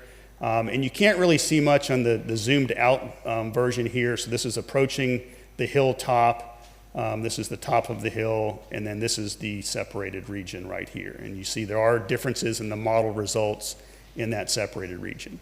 But if we zoom in on this first box A here, you can see what the difference is between the as designed and as built. As designed simulations are in red, as built is shown in blue, and as designed, nice and smooth, as we had planned. As built, not so much. Okay, you do see some artifacts. Now, this is in a very zoomed in scale in the pressure coefficient, but at this point, we still kind of have the question, is this real non-smoothness of our physical geometry, or is this the fact that there was noise in our scans that we haven't smoothed out enough? So we're still trying to answer that question. Now, there's other regions. If you look over here, this is just after the reattachment point, where you see a big difference here, and that's zoomed in over here on the right, a big difference between as designed and as built. This, in fact, is a real effect. And this has to do with the fact that our hill is mounted on a circular plate. That plate is inserted into the tunnel, into the surrounding panel, and this is, in fact, the location where that circular plate is mounted right into the tunnel. And it's impossible to get it perfectly shimmed all the way around the circumference. because neither one of those things is perfectly flat. So we know there were lips, essentially steps of up to a couple of millimeters during that installation process. As much as we tried to shim them and get rid of them, you can't get rid of all of them, okay? And that's in fact what we're seeing here is this artifact. Okay, moving on to lesson number 3. The reference conditions are also challenging. I will say that we probably discussed reference conditions over the 5 years of effort that we put into this effort. We probably had 20 hours of discussion of reference conditions, and it was really hard to figure this out. I guess the first point here, anytime you're doing CFD to experimental comparisons, they really should be done with non-dimensional quantities. So instead of looking at absolute static pressure, for instance, you need to look at pressure coefficient. Instead of looking at drag force, you need to look at drag coefficients. Another point, you can't use the calibrated free stream conditions from the experiment. Oftentimes, the tunnel may be run in an empty configuration, and then you calibrate the conditions that you're running the tunnel at to get a certain free stream condition in the core of the flow at some location. Now, if we're running CFD with our test article inserted into the tunnel, then that's going to already modify this free stream condition. So we can't use that free stream condition in order as our reference conditions. It doesn't exist in our CFD because we're always being affected by the flow over the model, or the test article as I'm calling it here. Okay, so typically what we do, at least in subsonic wind tunnels, is we add static pressure taps somewhere on the wind tunnel wall. Now, the location where you place these is very important. If you place those static pressure taps too close to your test article, then they're likely to be affected by the flow around the article, which your CFD and turbulence model may not be predicting well. I mean, as we saw in some of the earlier talks, RAN CFD has trouble with separated flows. So if it's too close, probably our model is causing us to have the wrong reference conditions. Now, on the other hand, if you place the reference, let's say static pressure taps, too far away from the test article, then you risk being affected by your CFD model's ability or inability to accurately predict the boundary layer growth on the wind tunnel walls, which is maybe if you have a slightly different axial pressure gradient in the tunnel predicted by your turbulence model than what you have in reality, you're going to then end up with a bias error in your reference conditions. And then, of course, we know that most RAN's turbulence models are going to struggle with corner flow and that secondary flow that can occur there in the corners. All right, lesson learned number 4, bias errors. Bias errors are extremely damaging to validation experiments. We use replicate runs and replicate measurements to reduce the random measurement uncertainty, and we can do this because we know the uncertainty scales as 1 over square root of n, where n is your number of replicates. You can use design of experiments techniques to convert correlated bias errors into random errors, and if you do that, you can use this powerful 1 over square root of n behavior to then drive down those bias errors. Now, one of the recommendations we have is measure as many things as possible, even if you don't think they're important, but measure those things during your experiment. These are going to be helpful in identifying correlated bias errors. So, for example, measure all the atmospheric conditions during the test, even if you don't think they're important. You may find that one measurement you're taking does, in fact, correlate with, let's say, relative humidity or something like that. All right, and then finally, once you've done all the other things to mitigate the effect of bias errors, using multiple diagnostic techniques to measure the same quantity is very helpful to get at whatever the remaining bias errors might be. And I have a quick example of that. So again, this is skin friction on the hill, and shown here are 2 different experimental diagnostic techniques. The black symbols are from the LDV velocity profiles, predicting skin friction from that.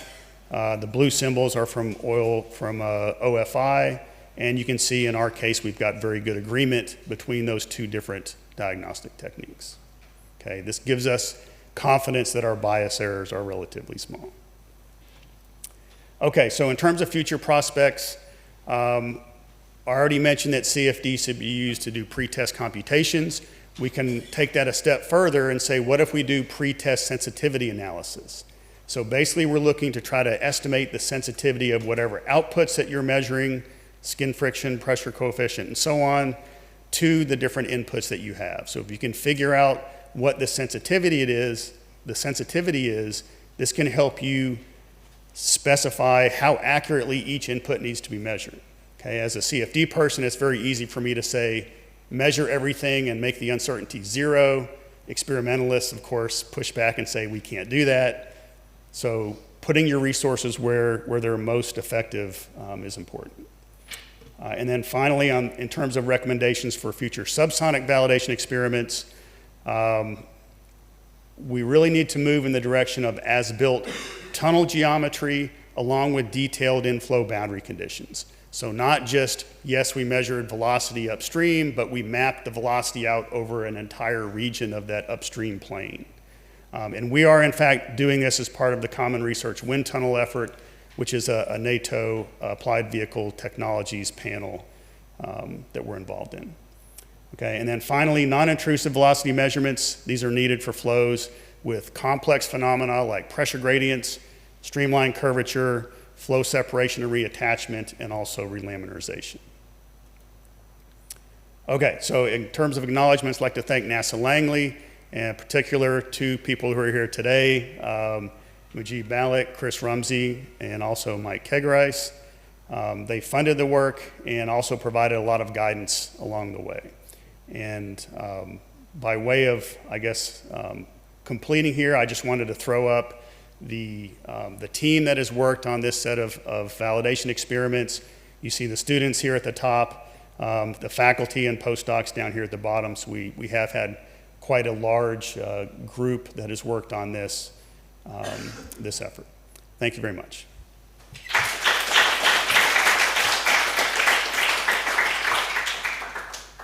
All right, so we have a couple minutes for questions.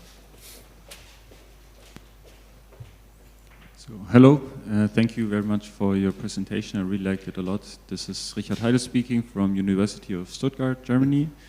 I would have a question, or maybe could you comment on if there's some kind of best practices to when you start a measuring campaign with a new experimental setup, how to identify the different types of measurement uncertainties. Like, for example, there's of course a difference when I have everything turned on, all the machines, and then do some measurements in a row. And for example, if I turn them off and on again, or if I wait a day or two, is there some kind of good procedure how to start with that? Because I think based on your work, you're a real expert in those kinds of stuff with much experience. So it would be interesting to know. Yeah, thanks. I myself am not an experimentalist, but I do work kind of in the model validation area, so I'll try to answer the question. So there's definitely random uncertainty that occurs.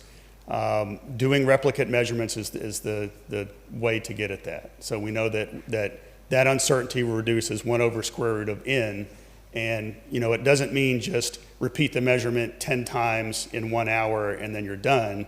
Like you said, doing it over a span of days, maybe disassembling the model and then coming back and testing it later, can essentially randomize some of the other bias errors that can creep in.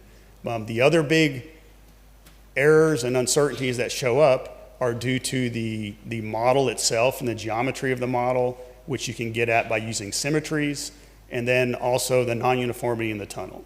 So, I think if you can characterize the non-uniform inflow in the tunnel, and this is really a philosophy about validation experiments, we get wrapped up in trying to have perfect flow in the tunnels, but that's not the most important thing. What we want to do is have the tunnel be perfectly characterized. So having a very well characterized tunnel will help get at some of those other bias errors which come from, say, flow non-uniformity, which tend to be the biggest uncertainties. Okay, thank you very much. Yep.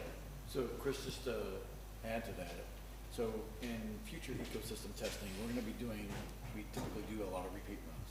Yep. So the question is there an optimum way to do those repeat runs? I mean, are you going to move to a point where you have best practices about how to do repeat runs to minimize biases? Yeah, I mean, you know, it comes down to the number that you do and trying to get them to be as independent as possible. I mean, if you're just doing an alpha sweep and you just kind of go up and down, that's not quite as independent as saying, okay, take the model out and then put the model back in tomorrow or test at night So we do versus all that day. stuff, right? Yeah, So we yeah. do repeats during the same Yep. run, or Yep. and then we'll do it the day after, and sometimes we Yep. put a model back together or whatever. Yep. So is there some optimum way of doing that, I guess, or an optimum number of, you see what I'm saying? Yeah. I mean, it all comes down to how much variation you see in there in terms of the random errors. But I mean, I'll say the biggest uncertainties are not coming from the random errors. Those can be driven down just by doing repeats, but it's the bias error. It's the flow non-uniformity. It's the geometry of the tunnel. It's other bias errors in, say, you know, this instrumentation versus that instrumentation.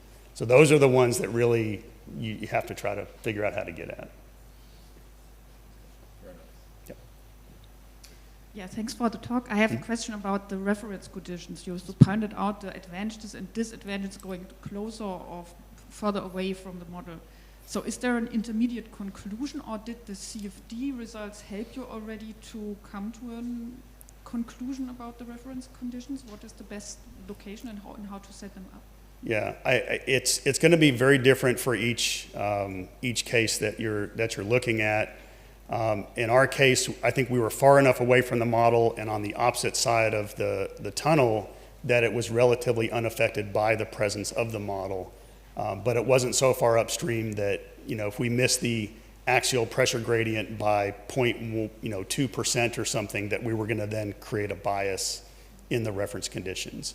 But yeah, I mean, I think that's something that probably a sensitivity study on the CFD side ahead of time could really help out a lot with. Thank you. Yeah.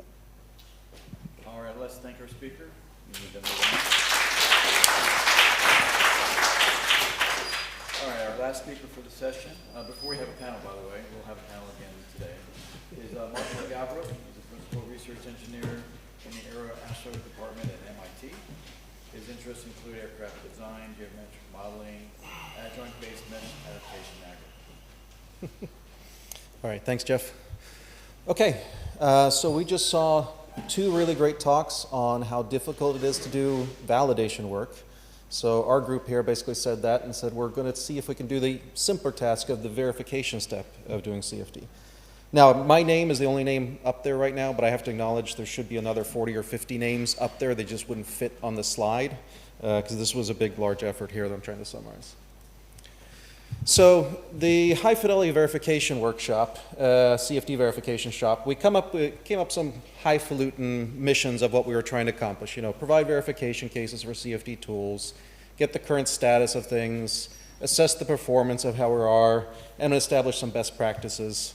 But really the thing we were trying to do is kind of answer the one question I kept asking everybody was, can we get more than one person to agree on a solution? And it turns out that answer is actually still very hard. A lot of this comes back to when we're doing CFD, we have this tendency of conflating physics and math. If you take a step back first and think about what a CFD solver is really doing, we have these beautiful sets of partial differential equations. We call them Navier-Stokes. We add on some turbulence models to that. And then we say, we can't solve these equations. We think they're going to predict something, but we can't solve them. So we'll approximate them instead. And then we'll cross our fingers that the numerical error from that approximation isn't going to cause too many problems. Well, in fact, we very seldomly quantify what that numerical error is and how much problem that is actually causing. And hopefully what we have found is in some cases it does cause quite a lot of issues. So our goal here was really to see if can we actually isolate that numerical error, bring us to a state where we're actually bring that down low enough and we could actually start talking about modeling error as opposed to numerical errors. So the way we did this and tackle this was just using primarily asymptotic solution, trying to find asymptotic solutions using grid refinement studies. So in theory, If we have an infinite number of grid, we have the exact solution to our PDEs. We can't afford an infinite number of grid, but we can try to find that asymptotic solution using the minimum number of grid points possible to get there. So that's what everything kind of boiled down to.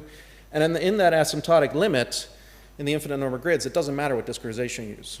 It doesn't matter if it's a finite volume, finite element. If your discretization is consistent or finite difference, you should all be solving the same PDE and getting the same solution. Now, if you're not in the asymptotic limit, you have coarse grids, numerical error, swamping things. Everybody can have a different answer depending on your discretization. So this is why we try to focus on getting those asymptotic solutions. So there is a long history of this effort, predated from the workshop that we did here. So it grew out of really 3 separate efforts that have been ongoing over the past couple of years. We had the AIAA LES discussion group, who had been doing a lot of work on LES and LES modeling that joined the team. We had a RAN solver technology discussion group that had several special sessions at AIAA conferences, made lots of contributions to the NASA turbulence model. They were primarily focused on the solver convergence, getting grid convergence, or getting iterative convergence. I forgot to mention on the previous slide. One of the things we do guaranteed in here and focused a lot on was making sure that every solver actually had iterative convergence and we're solving the residuals, because that's another form of numerical error, basically. There was also the International Higher Order Workshop CFD series. There was a slew of 5 different workshops that happened over several years where people were looking at different discretization schemes and applying to a very wide variety of problems. That workshop wasn't focusing on verification, but if you looked at what they were doing, that's essentially what was happening during that workshop, because they was basically trying to get multiple different people agreeing on an answer to canonical test cases. So those kind of things were the foundations that led it to the high fidelity CFD verification workshop. We had a first workshop in 2022 as COVID was ending, and AIAA canceled our workshop on us, which was a fun experience. And then we redid it again in 2024, expanded some of the cases, refactored things. And part of the reason we tried to reformulate and gather these 3 groups, the 3 previous groups were basically doing a lot of verification work. So we tried to combine everybody's efforts into a single workshop instead, move things forward.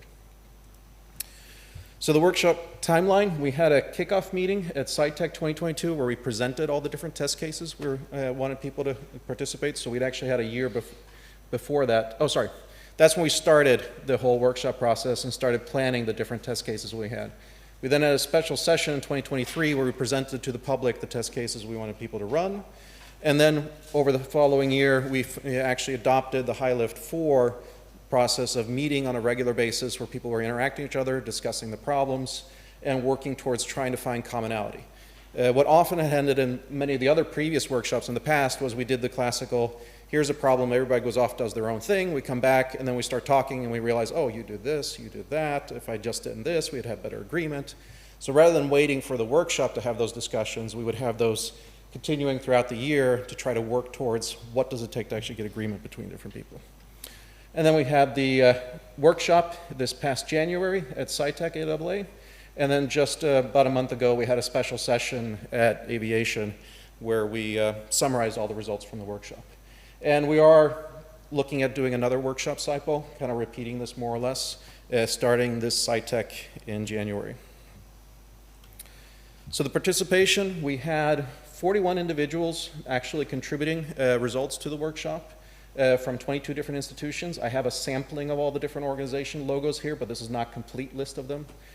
The workshop itself, when we held it, we had all the individuals give short presentations of their methods, and we had discussions about the results that we were getting. And there was 55 registrants with those 21 individual presentations that were presented over those workshops. And then we had summary slides going over the different test cases. So I am going to do an attempt here at summarizing the summary that was presented at AIAA in about a month ago. We had 4 different categories that we're focusing on.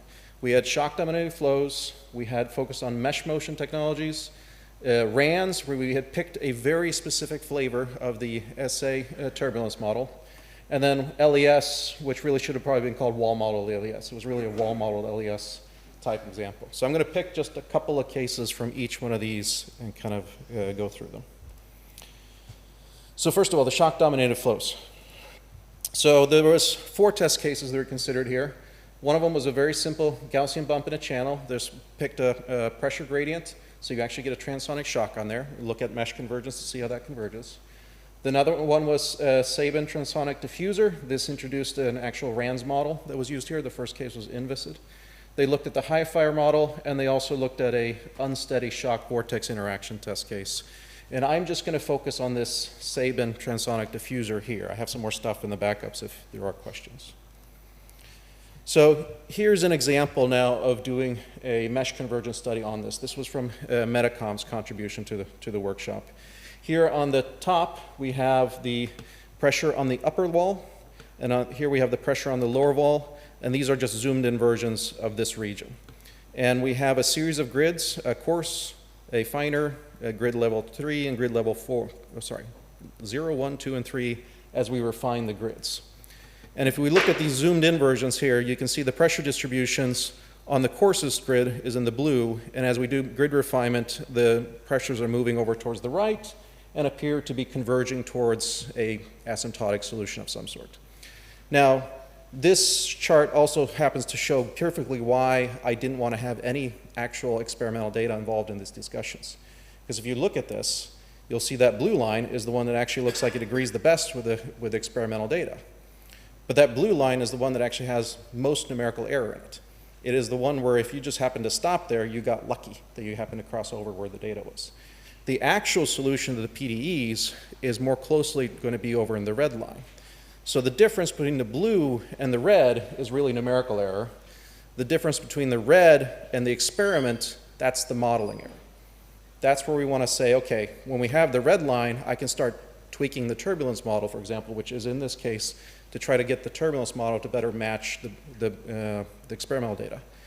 If I do the same thing with the blue line, I take the blue line, I start tweaking the turbulence model, now I'm tweaking both numerical error and modeling error at the same time, and they're moving them around, and there's no clue how the numerical error will actually behave when you move the turbulence model around.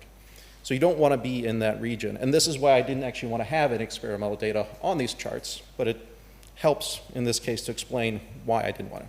I told Kevin a number of times to take that off. The other part here, there was somebody pointed out, look, there's a separation bubble sitting over here that nobody's capturing. We don't care. That's not the point. That's a modeling error question. All we're focusing here is really trying to find asymptotic solutions for the numerical error. Then we can start asking the question, what do we need to do to improve the model? So this is an example of now from the results that were contributed from all participants from the same things. This is the finest mesh that each one ran.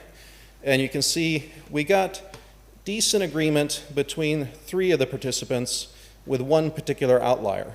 And as it so happens, that one particular outlier looks like it's closer to the experiment, but I'm still going to argue that this is the one that is actually probably has a problem with their method. There's something probably isn't quite right with how this particular method is put together. You can also see this here. This is another way of looking at that data. Here I've got basically a length scale that I'm plotting on the x-axis. I'll be showing a lot of plots like this. So on the right we have, and it's 1 over h. So you basically have coarse meshes over on the right, and as we go to the left, we're doing finer and finer meshes, and then we have some sort of output that we're measuring. It's either an output or it's going to be an error. And you can see these 3 participants, as they're doing their mesh refinements, are sort of heading towards the same answer. There's still a gap here. We're not quite in agreement. Whereas this participant actually went to much finer meshes, but they still ended up with an answer over here. If anything, I think that these guys there's either something quite right with the setup, there's some bias in the discretization that's not perfectly consistent. I'm not sure what's going on here, but the study is kind of showing that there's something here that needs to be further investigated. We just ran out of time to sort out exactly what was going on there. So moving on to the mesh motion example. So they considered 2 different test cases, again, trying to keep it as simple as possible to actually see if we can get people to agree with each other. So one of them is just a flow inside a cylinder. So normally we do flows outside of cylinders. Here the flow is actually inside the domain. So this cylinder that you see is the entire domain, which makes it easier to run. The other case was this heaving pitching airfoil. Now the flow is on the outside of the airfoil. They looked at doing that. And I'm just going to focus on this cylinder test case here. So there is an animation there of what the motion that was used back in 2022. That was the first workshop. When they looked at it a little bit more, they realized that that test case was actually a little bit too simple. It wasn't actually stressing all the different terms that show up in there. In particular, I'm not an expert on this part, there's a G term that shows up. In the first case, G was equal to 1, and then there's lots of stuff that kind of cancels out when G is 1. So this new test case for the 2024, it basically warps the mesh as well. So this G parameter that shows up in the discretization is no longer equal to 1. But what they did was they ran this motion. Again, the flow is inside the cylinder, and they tracked two output quantities, an impulse and a work. And then they did that for a series of mesh refinement levels, and they also had to look at time steps, because this is an unsteady calculation, and they actually did look at the time step convergence as they more and more refined time steps. I didn't include the time step studies here. But here again, I've got those kind of plots where I'm plotting, in this case again, 1 over h, which is a length scale. So coarse mesh is on the right. We do mesh refinement towards the left. And then we have an actual error in this impulse and an error in work that were being measured. Now this happens to be a higher order method that they were using, a finite element scheme. The P here stands for the polynomial representation, so linear, quadratic, cubic. And for output functionals, we actually have theoretical knowledge that output functionals for these type of methods should converge at a rate of 2p. So the slope of this guy should be 2. The slope of the triangles should be 4, and the slope of the quad or the rectangles should be 6. It looks like they're getting the slope of 2 and the slope of 4 probably. The slope of 6 isn't quite showing up. But the errors are also getting kind of small, and sometimes it's really hard to measure that higher, really high order of accuracy when the problem is too simple and actually observe this order of accuracy. But more or less, both of the output functionals are doing what you would expect, and this is a good thing. If you don't have a consistent discretization, or if you have some sort of problem with your discretization, these lines can be perfectly flat. You'll basically have a constant error. Or they're going at just a first order, or even a half order rate, if there's something wrong with the solver. So checking these orders of accuracy is one of the most rigorous ways of seeing that something is correct. Now, if I add in all the participants of this test case, most of them did use higher order discretization, so they all have kind of the P1 through P4 is the highest, but everybody had various forms of higher order discretizations. And there is a decent clustering of the results that we get here, where most participants are actually getting that higher order of accuracy that you would expect out of the calculation. So in many ways, these kind of charts become boring when everything is doing exactly what it should, because there's not much to talk about. So this is the one chart that Nathan put together that I did truly appreciate. So he actually went back in and he highlighted the level of consistency they were able to achieve. And in particular, we've got 3 guys here in the middle that got 1, 2, 3, 4, 5, if you count the 0, 6 digits of agreement between each other. And this was not easy. They were literally comparing code with each other during meetings, pulling up lines of code and saying, how did you do this boundary condition? How did you do that term? And those were the type of level of discussions that were happening over that year that led to this type of agreement. And we don't see this very often at all in any cases. The airfoil the impulse airfoil, different story. Not quite as good as this case. So the SA turbulence model now, the RANS results with the QCR, again, in this case we picked the QCR 2000 with the R correction, primarily just to make something very specific. And again, the classical, we had to do something slightly different from what we've done in the past. We did not allow people to do different turbulence models, because if you have a different turbulence model, that's a different PDE. The asymptotic solution is going to be different because you have a different set of equations. So the goal, again, is not to try to figure out which turbulence model actually does a better job of modeling something. It's just what is the solution to the PDEs. So that's why we have to make sure that those PDEs are consistent. So we had 3 test cases in this case. We had a Joukowsky airfoil, and this thing was tailored specifically so we could try to demonstrate order of accuracy of the schemes. It's at 0 degrees angle of attack, so we know that the stagnation point is right at the leading edge, and we know that we need clustering at the trailing edge. These are 2 kind of key points that you need in order to actually observe order of accuracy. This NACA wing was a test case that we tried to put together specifically for the R correction to the turbulence model. So SA basically is more or less known to overpredict the turbulence intensity or the turbulent kinetic energy, turbulent diffusion in a tip vortex. So in vortical flows, the working variable for SA is just too high. The R correction is there to actually bring it back down to more reasonable levels. We need some experiments to actually know what a reasonable level is. This is something that Philippe has been looking for. He actually, just this past year, redesigned his R formulation to do a better job of these tip vortices. But there's still a certain degree of calibration there that's needed for his work. The last test case that we had was actually a collaboration with the 5th High Lift Prediction Workshop. So this was a common research model with just a fuselage and wing. And the idea was to try to get as much participation from both workshops, kind of doing the verification for both high lift and for the verification workshop. And in this case, we focused on, again, any participation from high lift that did this specific QCR-R model. That's what we brought in and used for our workshop as well. Other turbulence models, they did their own verification for high lift, but we didn't use those here. So I'm just going to show you some results from the first 2 test cases here.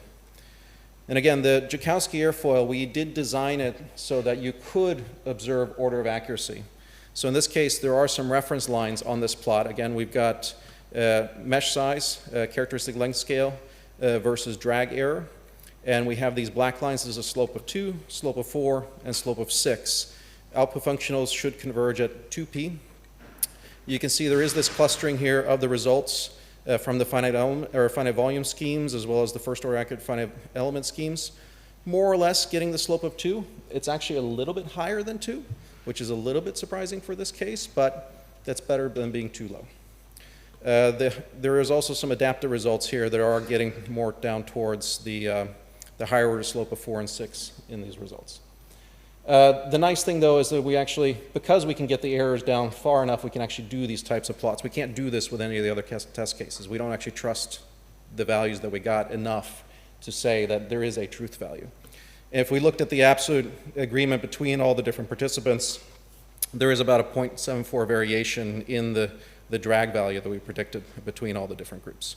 So I think this case actually works out very well. And I have seen test cases before. We've had people run this case where the solver will come down and then it flatlines. And that doesn't necessarily mean that the solver is wrong, but it probably means it's running a different turbulence model. Or there's something else in there. Or I've seen slopes for a 6th order accurate scheme that comes in at 1.5. This is the kinds of things that happen that you'll discover that there are problems with your solver. The second case I was going to say, oh, I forgot to mention this. This is that simple wing in a tunnel. We put this thing together to focus on that tip vortex and the R correction in particular in the SA model. We actually had to simplify it 3 times. So as we were going through and trying to do this, we had participants trying to run the cases, and we're getting up into several hundreds of millions of degrees of freedom, and we're still not seeing agreement between people. So we first dumbed down the test case. Actually, if I go back, initially, we had no slip walls all around the airfoil. That was too hard, so we got rid of them, and we only had a no slip on the base and on the wing. But then it turns out that that was still too hard, so we had to take the angle of attack and lower it down, and finally we got to something that we could actually solve and get to start seeing some agreements. It was a little surprising that we had to actually go through that process and simplify this multiple times before we could actually get real agreement. But here again, we have convergence of lift and convergence of drag in these test cases. And as you can see, we still ended up with about 500 million degrees of freedom here on the finest mesh. This was a cell-centered scheme, so that's one of the reasons why it's a little bit higher. This is the node-centered scheme on the same scheme. It's only about 275 million degrees of freedom. Chris called them unknowns. I call them degrees of freedom. But you can see here, we have quite a lot of good agreement between these participants. We do have some adapted meshes that come in here. They got there with about 1 million degrees of freedom, but these 1 million degrees of freedom were not cheap. They took a while to actually get to those. There was one participant, though, that we had that came in with his results. You can see all here in orange. And we had numerous discussions trying to figure out what was going on. All indications are that his test case isn't set up consistent. Somehow the boundary conditions aren't quite right. Something is off. Maybe there's an issue with the discretization, but this is where you can clearly see something is not quite right with this solver. It's clearly heading off towards something else compared to everybody. Very distinctly, you see in both in lift and drag, there's a high level here, and here the drag values are actually in the middle, but it's not clear where they're heading. They haven't kind of rounded off and turned the corner. We had numerous discussions trying to figure out what was going on there, but unfortunately we were never able to figure out exactly what's going on with that solver.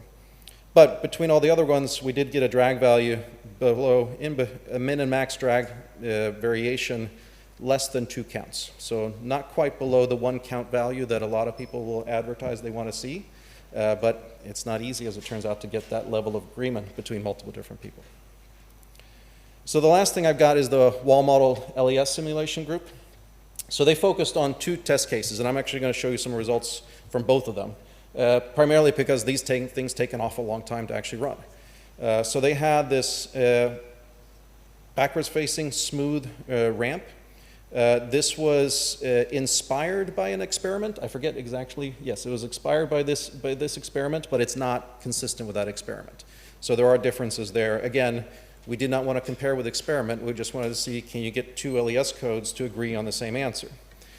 And then on the right also we have this high Reynolds number airfoil. So this was a Reynolds number of 10 million that they're trying to run LES. And there is actually a laminar to turbulent transition region right at the leading edge of this case, which we'll show in there. And there were some reference solutions that were also provided for these test cases. So here's looking at the grid convergence study of that ramp case, which you would think should be relatively simple to do. I mean, we're doing wall model LES on airplanes. We should be able to do a tiny little ramp. But here you can see this is the reattachment location. They were basically looking at, so there's a separation bubble that shows here that like we saw in the previous discussions on the similar experimental work. So they looked at the reattachment location and then the separation location doing their grid refinement study. The separation location, we have USC here actually does a pretty good job predicting it across all the meshes, although it's moving a little bit as we get towards the finest level. Other solvers seems to be heading towards that separation location. Same thing up here. We've got some sort of notion of heading towards maybe that reattachment location. These are based off of a reference solution that was about 10 billion grid points running a DNS calculation. And these guys here at this point are actually running 1 billion grid points to try to get this accurate answers. If we look at this another way, we've got plots here of the U equals 0 contour line. This is not a perfect way of visualizing a separation bubble, but it's still a notional way of getting the idea of the size of a separation bubble. And ideally, all of these lines would be on top of each other. But as you can see, there is still some spread there. Now, I should say, this spread is significantly smaller than what it was on the first workshop when we did this test case. This was a repeat that we'd done from the first time around. And these agreements here, while there's still differences, are significantly better than what we had the first time around. They went back and beat on this again. And again, the DNS black line data was using 10 billion grid points. So looking at the airfoil real quick, here we have the surface CP distribution. Again, we have a reference solution here. This was with 38 billion. It's a wall-resolved calculation, 38 billion grid points. And we can see here in the data, even the surface CP, there are distinguishes. The most notable is the CF scatter that you see over here. Wall model LES actually fundamentally assumes fully turbulent flow as well. The wall model itself has a fully turbulent assumption, and it doesn't actually model transition. So there is some opportunities here to improve the modeling of the actual wall models, and that's one of the things that I'm hoping to see these guys are going to work on. But agreement between the different groups is still clearly challenging. All right, so can more than one solver agree on the solution? I think actually yes, for the very simple cases. The mesh motion did a really good job, and I think the Rands-Joukowski, we got pretty darn close on that one. Anything harder than that, the mixed results. You know, we got somewhat agreement, but not perfectly. You can see more details on, there's a whole series of AIAA papers that we had at the past session. You can look at that. And verification for LES is particularly challenging. I mean, these guys with the LES group, everybody has a different model. And getting people even to agree on running a model is extraordinarily difficult. So we are planning on trying to do this again. There will be a kickoff meeting at SciTech. If anybody's going to be there and be interested in participating, let us know. That's all.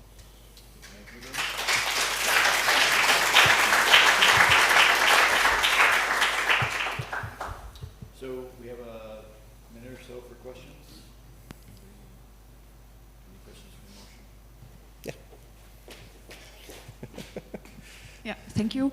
I have one question. So when you look at the grids that you get for, let's say, more or less grid convergence for wall-modeled LES, and you compare the size of the grids for these simple test cases to what is done on the high-lift CRM. So what is the gap, or do you see a gap there where you say we are so far away from grid convergence of the high-lift CRM, or would you say we are actually quite close?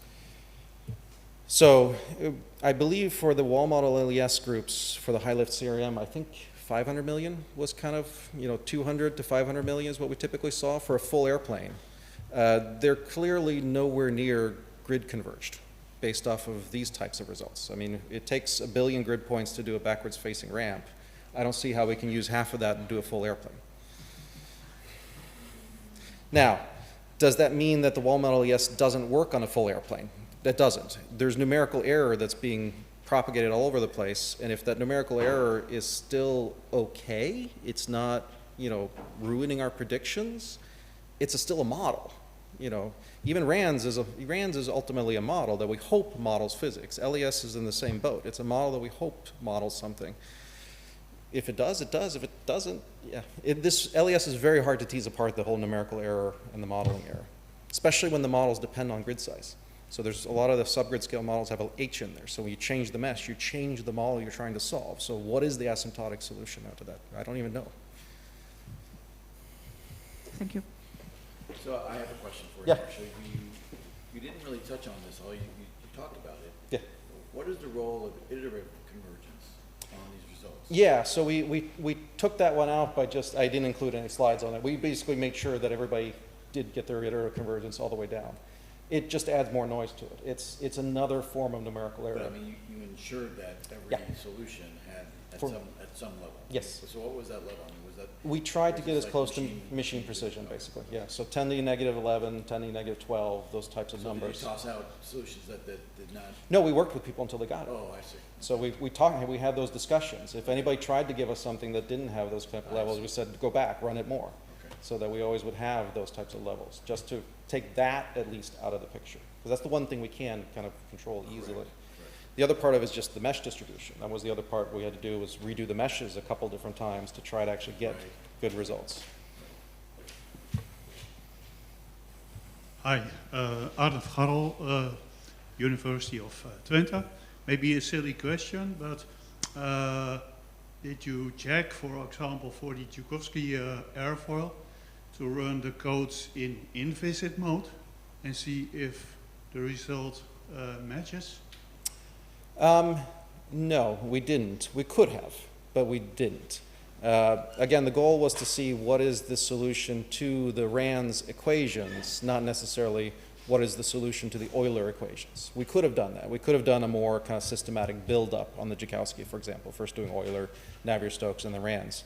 Though the meshes that you need to actually see that asymptotic, actually show the rates, will probably be different for the different PDEs, basically. Because if the Euler solution is incorrect, then there is no use in working on the viscous terms. Yeah, so that would be a verification of your inviscid fluxes that you've implemented and the stabilization you're using for those, that they're consistent. Yes, we could have done that type of a build-up. We fortunately, everybody more or less agreed pretty darn quickly on that case, and we didn't have to spend a lot of time on it. If we had seen other people going all over the place, we would have backed off. We would have done the same thing. All right, whoops. Get rid of terms in the SA model, go back to Euler, try to figure out where things are not matching up. Yes. Thank you. Question back there? This will be a last question, brother. Thank you a lot for the interesting talk. I have a question regarding the mesh study. Did you keep the boundary layer at the same refinement, or did you, for the refinement, also took the boundary layer? For which case? In general, like if you do speak about mesh refinements. Yeah, so that's yes. So for this case, the Tchaikovsky airfoil, we generated one fine mesh and then we threw away every other point. So that's the other part of this, is that gives you a true family where you would expect to see order of accuracy. When you start doing unstructured meshes, it's not really a true family. You can do grid refinement where if you have an airfoil and you have an unstructured grid, this is the other hard part about looking at asymptotic solutions. You can imagine the case, you have an unstructured grid and an airfoil, and now what I'm going to do is I'm going to do a grid refinement, but all I'm going to do is add points to the far field. I'm just going to add more points to the far field boundary and not change anything near the airfoil. And my drag is just going to be perfectly straight. As I do refinement, I'm not going to see anything different. I'm grid converged. Yeah. Now, Exactly. the problem is, in reality, what happens is something in between. We add points around the airfoil. We do it in some places where it's actually helping the error, but we're also doing it in places where it doesn't. And we never really know when we're adding in which one of those places. And I have seen cases where it looks like you're grid converged, but I have some other proof to show that no, it wasn't. It was a false positive. So. Thank you a lot. All right, let's thank Marshall again. That's right. We'll invite all the speakers up, and we'll have a quick panel session. So don't leave. There's discussion. So More questions? more questions.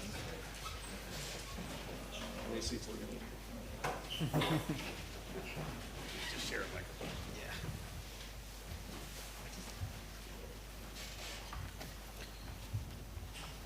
All right, well, we'll work our way through this.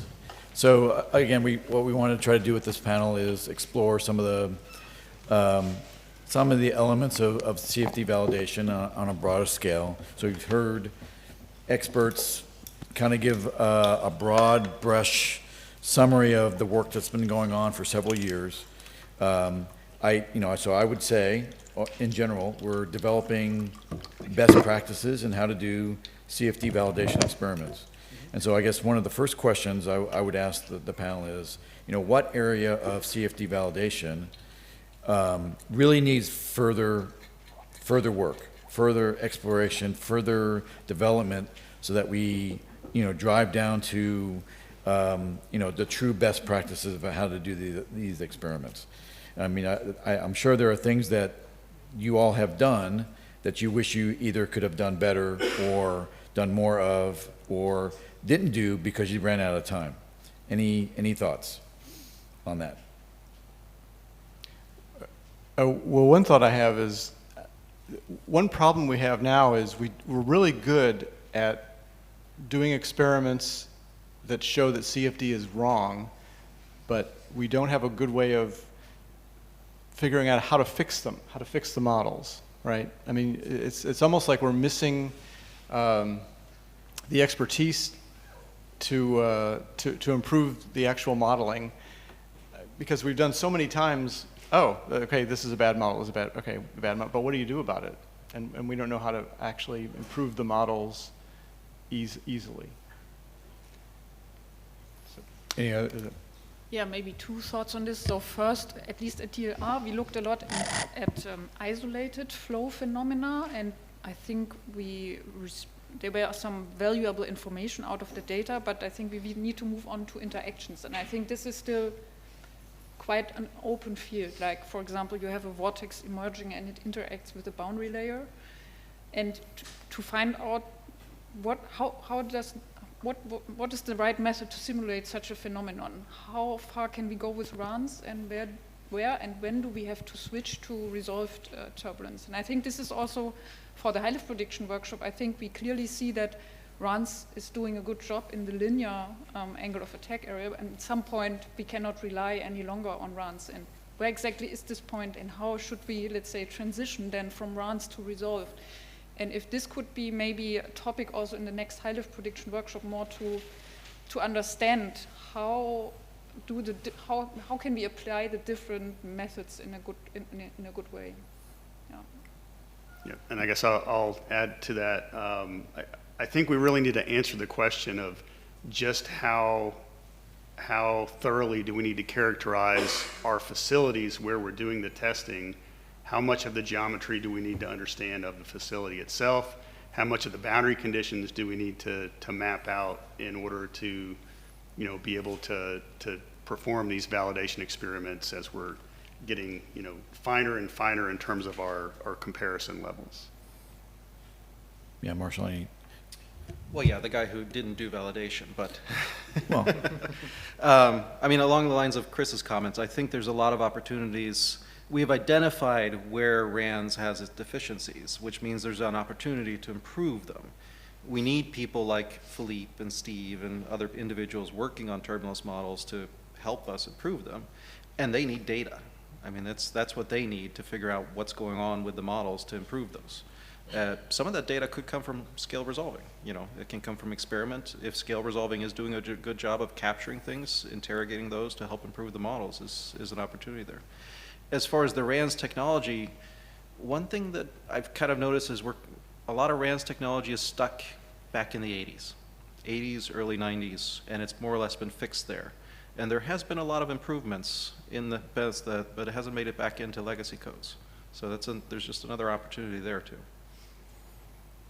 Connie? Just as maybe a comment, I absolutely agree with you, but at least at DLR or maybe or in Europe, we see it's very difficult to sell this. So saying we want to do RANS improvement, everyone is like, come on, you did this for the last like 50 years. The biggest problem we have is scale resolving is so damn sexy. Those things look so cool. Yeah. How could they be wrong? But you just I just showed you, you needed 1 billion grid points on this little ramp, and we're still not quite getting it right. So, you know. Yeah, I agree. Yeah. So this is interactive, by the way. Any comments or questions? Doug? Yeah, Marshall just mentioned that, yeah, people like Philippe and Steven all need more data. Well, I guess I'd turn the question around and say, what exactly do you need in terms of data? What data in what areas to what level of fidelity is needed? Because we have this whole ecosystem set up to generate this pull from people like that. Whereas in the past, they've kind of taken whatever they could get falling out of other experiments. So I think the challenge is then turn it back around to those people to say, Yep. What do you really need? Yes. Yeah. And detail, specific. I perfectly agree, and unfortunately you have to ask them. Because they are the experts and not me. Well, usually it's flow field data, which of course for the high lift workshop we haven't been able to get much of that at all yet. They don't care about what's happening on the walls. They want to know what are the Reynolds stresses. Yeah. No, I think one of the things we've noticed is that even if you you have a perfect experiment where, let's say, RANS essentially nails it in terms of validation, you can apply that exact same tool for a much more complicated flow, and it completely breaks down, even though you're trying to model basically the same flow physics. And because of all the interactional effects for the complexity of the geometry, for example. So, you know, at that point, what do you do, right? I mean, you know, what experiments do you have to have, you know, in your pocket to go back and say, well, let's go look at this because that's going to help with this, and there's no connection almost to some of these things. Yeah, like what Cornelia was saying. Yeah, exactly. So the question is, what experiments do we need? So that's another general comment, right? Yes. Particularly for low-speed aerodynamics. I mean, the things that we're talking about the last couple of days. You know, what other experiments do we have to have that we have not yet done, for example? Yeah. Any comments from the panel on that? Well, I mean, I guess the really important thing is that we get into, you know, especially we're talking about turbulence modeling, which I think is probably the main focus, is getting into those volumetric measurements, because, I mean, you can match lift coefficient, as I think Chris showed, but then you can totally miss the pressure distribution. And then maybe you could get the pressure distribution okay, but totally miss all the Reynolds stress components. And so it's going to be very hard to make significant advances with something like RANS if you're not matching the details of what's going on in those flows. Any other comments? Why should RANS work very good? That's a good question, right? We wouldn't expect it to, right? But we would expect it to work in certain places that maybe it doesn't work when we expect it to, right? Sometimes it works, sometimes it doesn't work. So, questions back here, sorry. Yeah, I have a question regarding the validation and also separating flow phenomena. For example, if you look at one separate flow phenomena such as backward facing step, it's a good thing. We might validate our models, but at the end of the day we have complex phenomena and interactions. And at one point we saw also at your presentation, Marshall, that a specific bad mesh results in good comparison to experiment. So how can we figure out, or how can we procedure in such a way to do like good validation, but also to understand our numerical model better?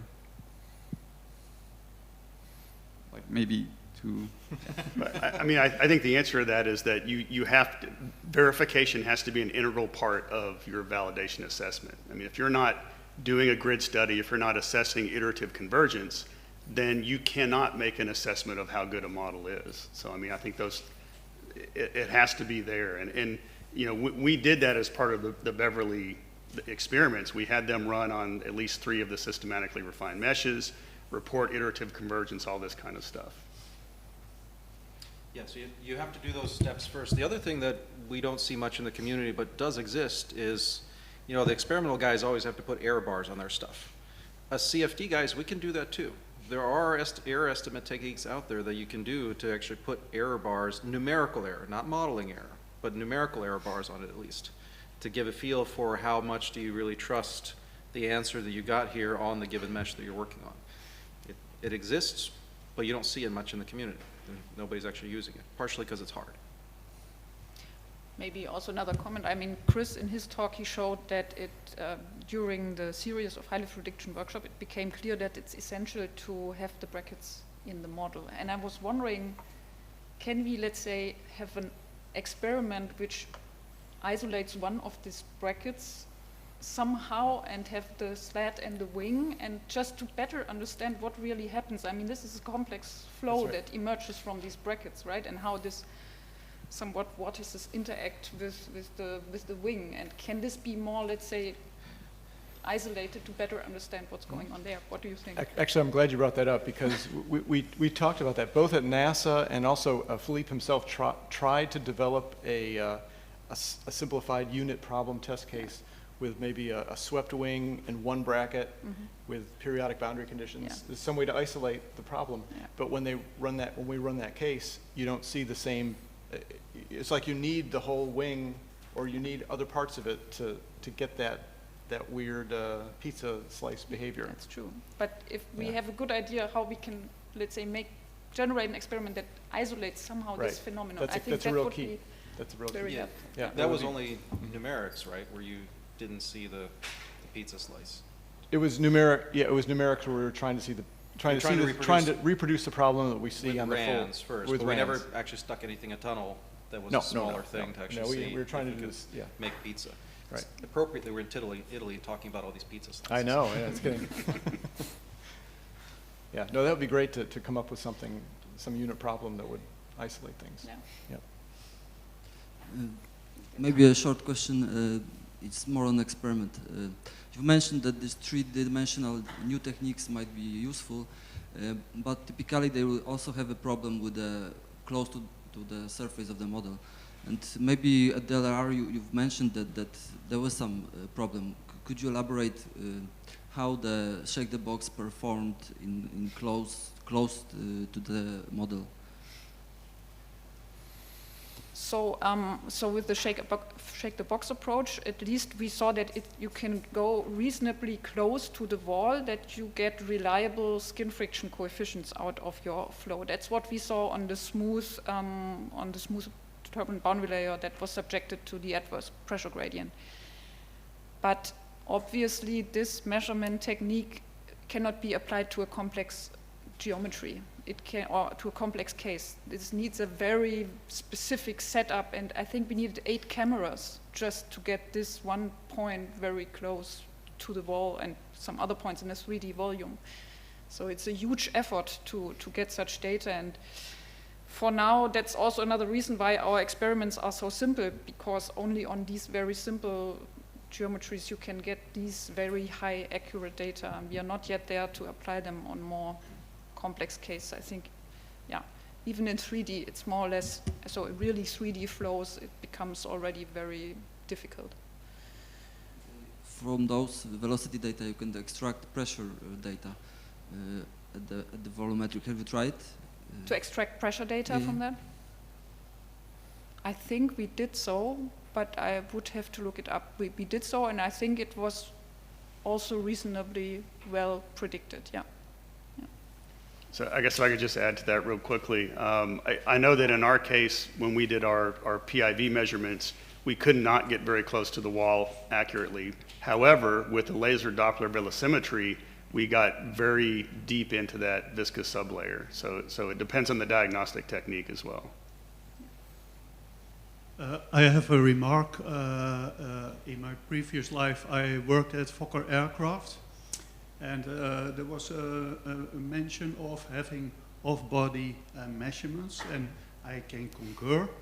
We had an indication that for the high lift case of the Fokker 100, no slat, only a flap, that the wake of the main element that goes over the flap is in an adverse pressure gradient, and we had an indication that blow-up of that part of the wake of the main element was causing the stall of the flap.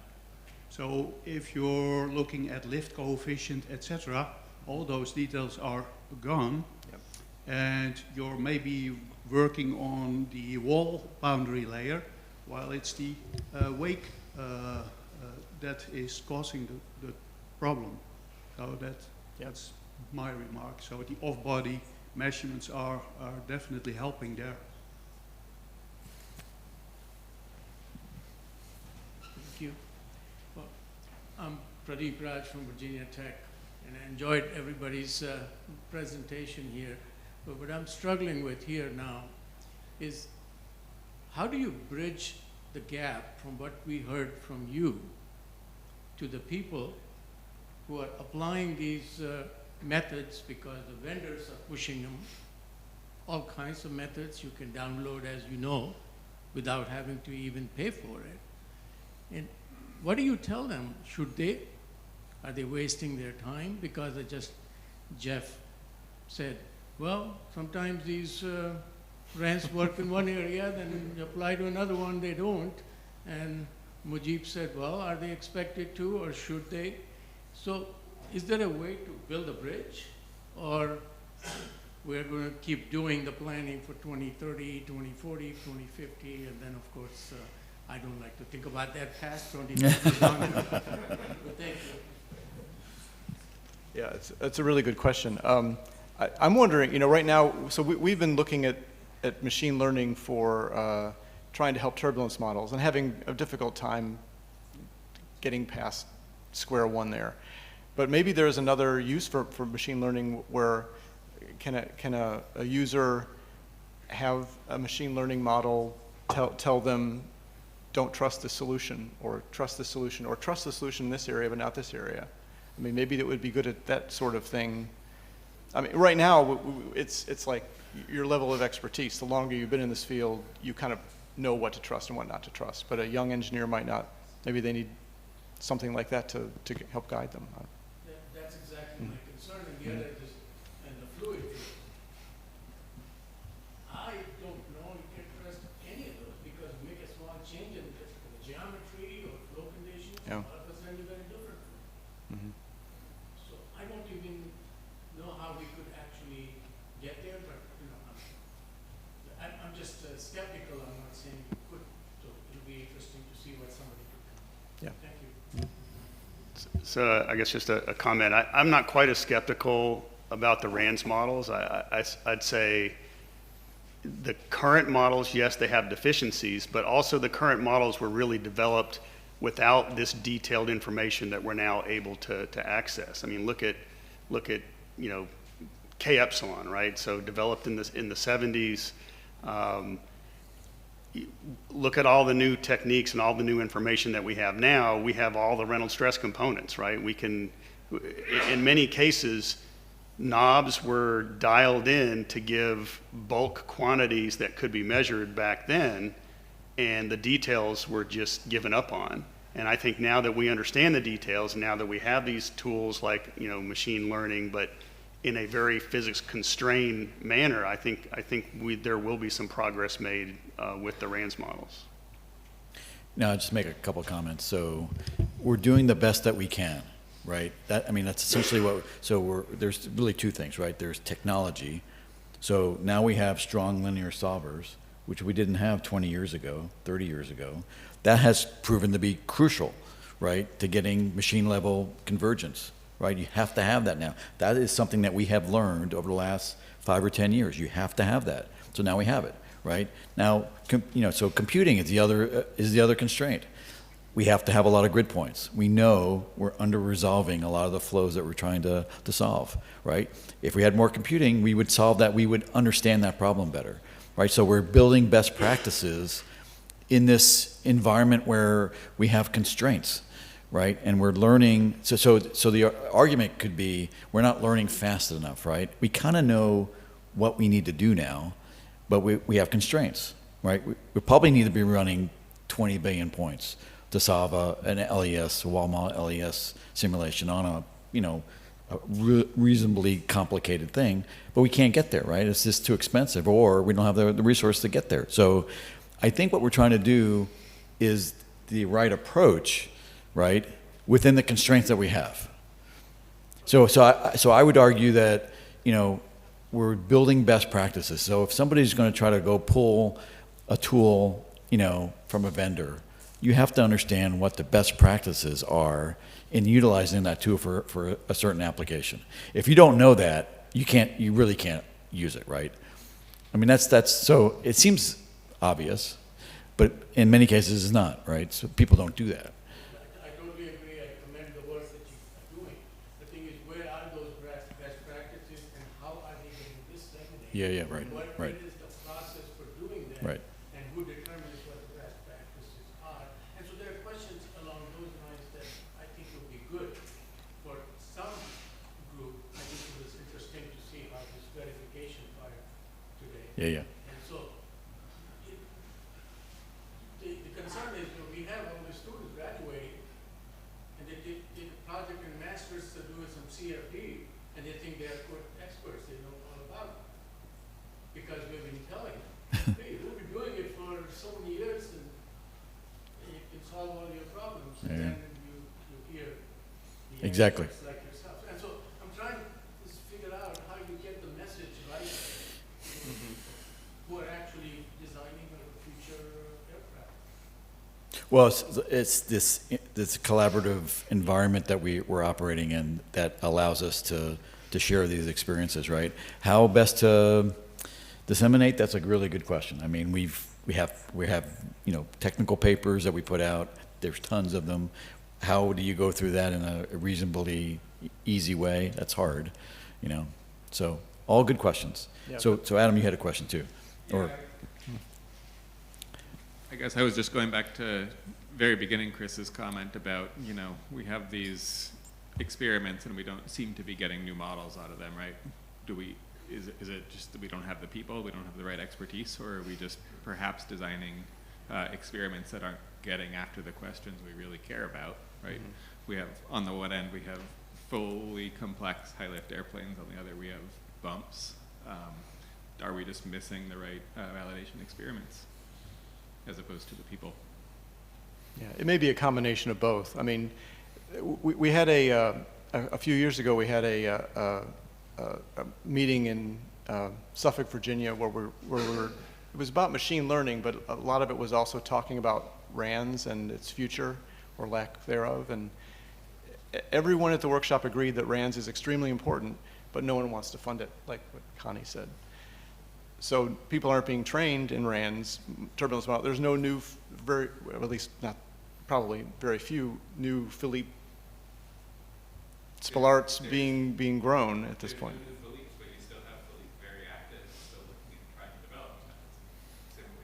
He hasn't.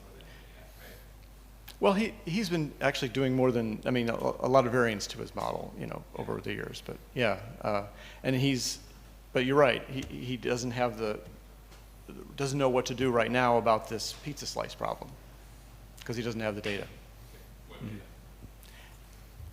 Flow field data, Reynolds stresses, and a lot of details in their area, which is all off body. Yeah. So one last question.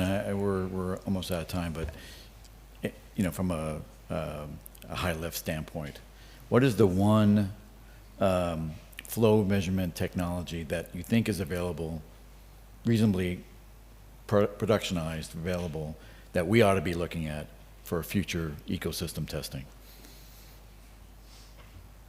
And we were spending a lot of time and effort, for example, in trying to get PIV working in multiple facilities. Not everybody has that system, or it's in different phases of being implemented, those kinds of things. But is there one thing that if you said, yeah, if you have money, you should go after this, because this is going to give you the best bang for the buck, particularly in trying to answer some of the questions, outstanding questions we have in high lift? Who wants to go first? Well, whatever it is, it has to get near the wall. The problem with the PIV that we see now is it doesn't get into the boundary layer far enough. But so are there PIV techniques out there that can improve that, or else you got to go to something like LDV, but then you've got to design an experiment where you have, a hole in the wing and shoot something out. Yeah. Right. Yeah. And so if you had infinite money, that would be a good way to go after it. Well, I think to develop further these particle tracking methods, it's definitely a route, and there are people at DLR following this route, but it will take more time, I think. We cannot do it in the next 5 years. Mm-hmm. But I was wondering also, in your talk, you showed all the measurement techniques that will be applied and to get certain quantities, and there was skin friction coefficient on a list, but no measurement techniques was named afterwards. And I was wondering, can we do, and I think that from my point of view would help, can we do some oil film interferometry? Maybe it's too complex on the high lift geometry, but that would be something maybe one could look at. But it's, of course, then again, many wind tunnels don't want this kind of exactly. techniques. That's constraints with all of these things, right? I know, Building windows in the models. Yeah. That has to be really thought out before you build a model, right? I know. So yeah. it doesn't seem like there's an easy answer here. That's Not, and actually, so NASA just did an experiment on the 10% semi-span model in the 14 by 22, where they tried to do PIV and oil film interferometry out in the outboard part of the wing. And we haven't seen those results yet. They're still, I don't think they got deep into the boundary layer, though. They could see they could get into the wake of the slat and maybe part of the top of the boundary layer of the main wing, but no deeper than that. And I'm not sure how well the oil film interferometry worked yet. Well, I want to thank the panel. Thank you for your thoughts, and again, thank you for the presentations. Really, very, very appreciative. Thank you all for being here. It's time for lunch, I think, and so we'll close up shop. And thank you for being here.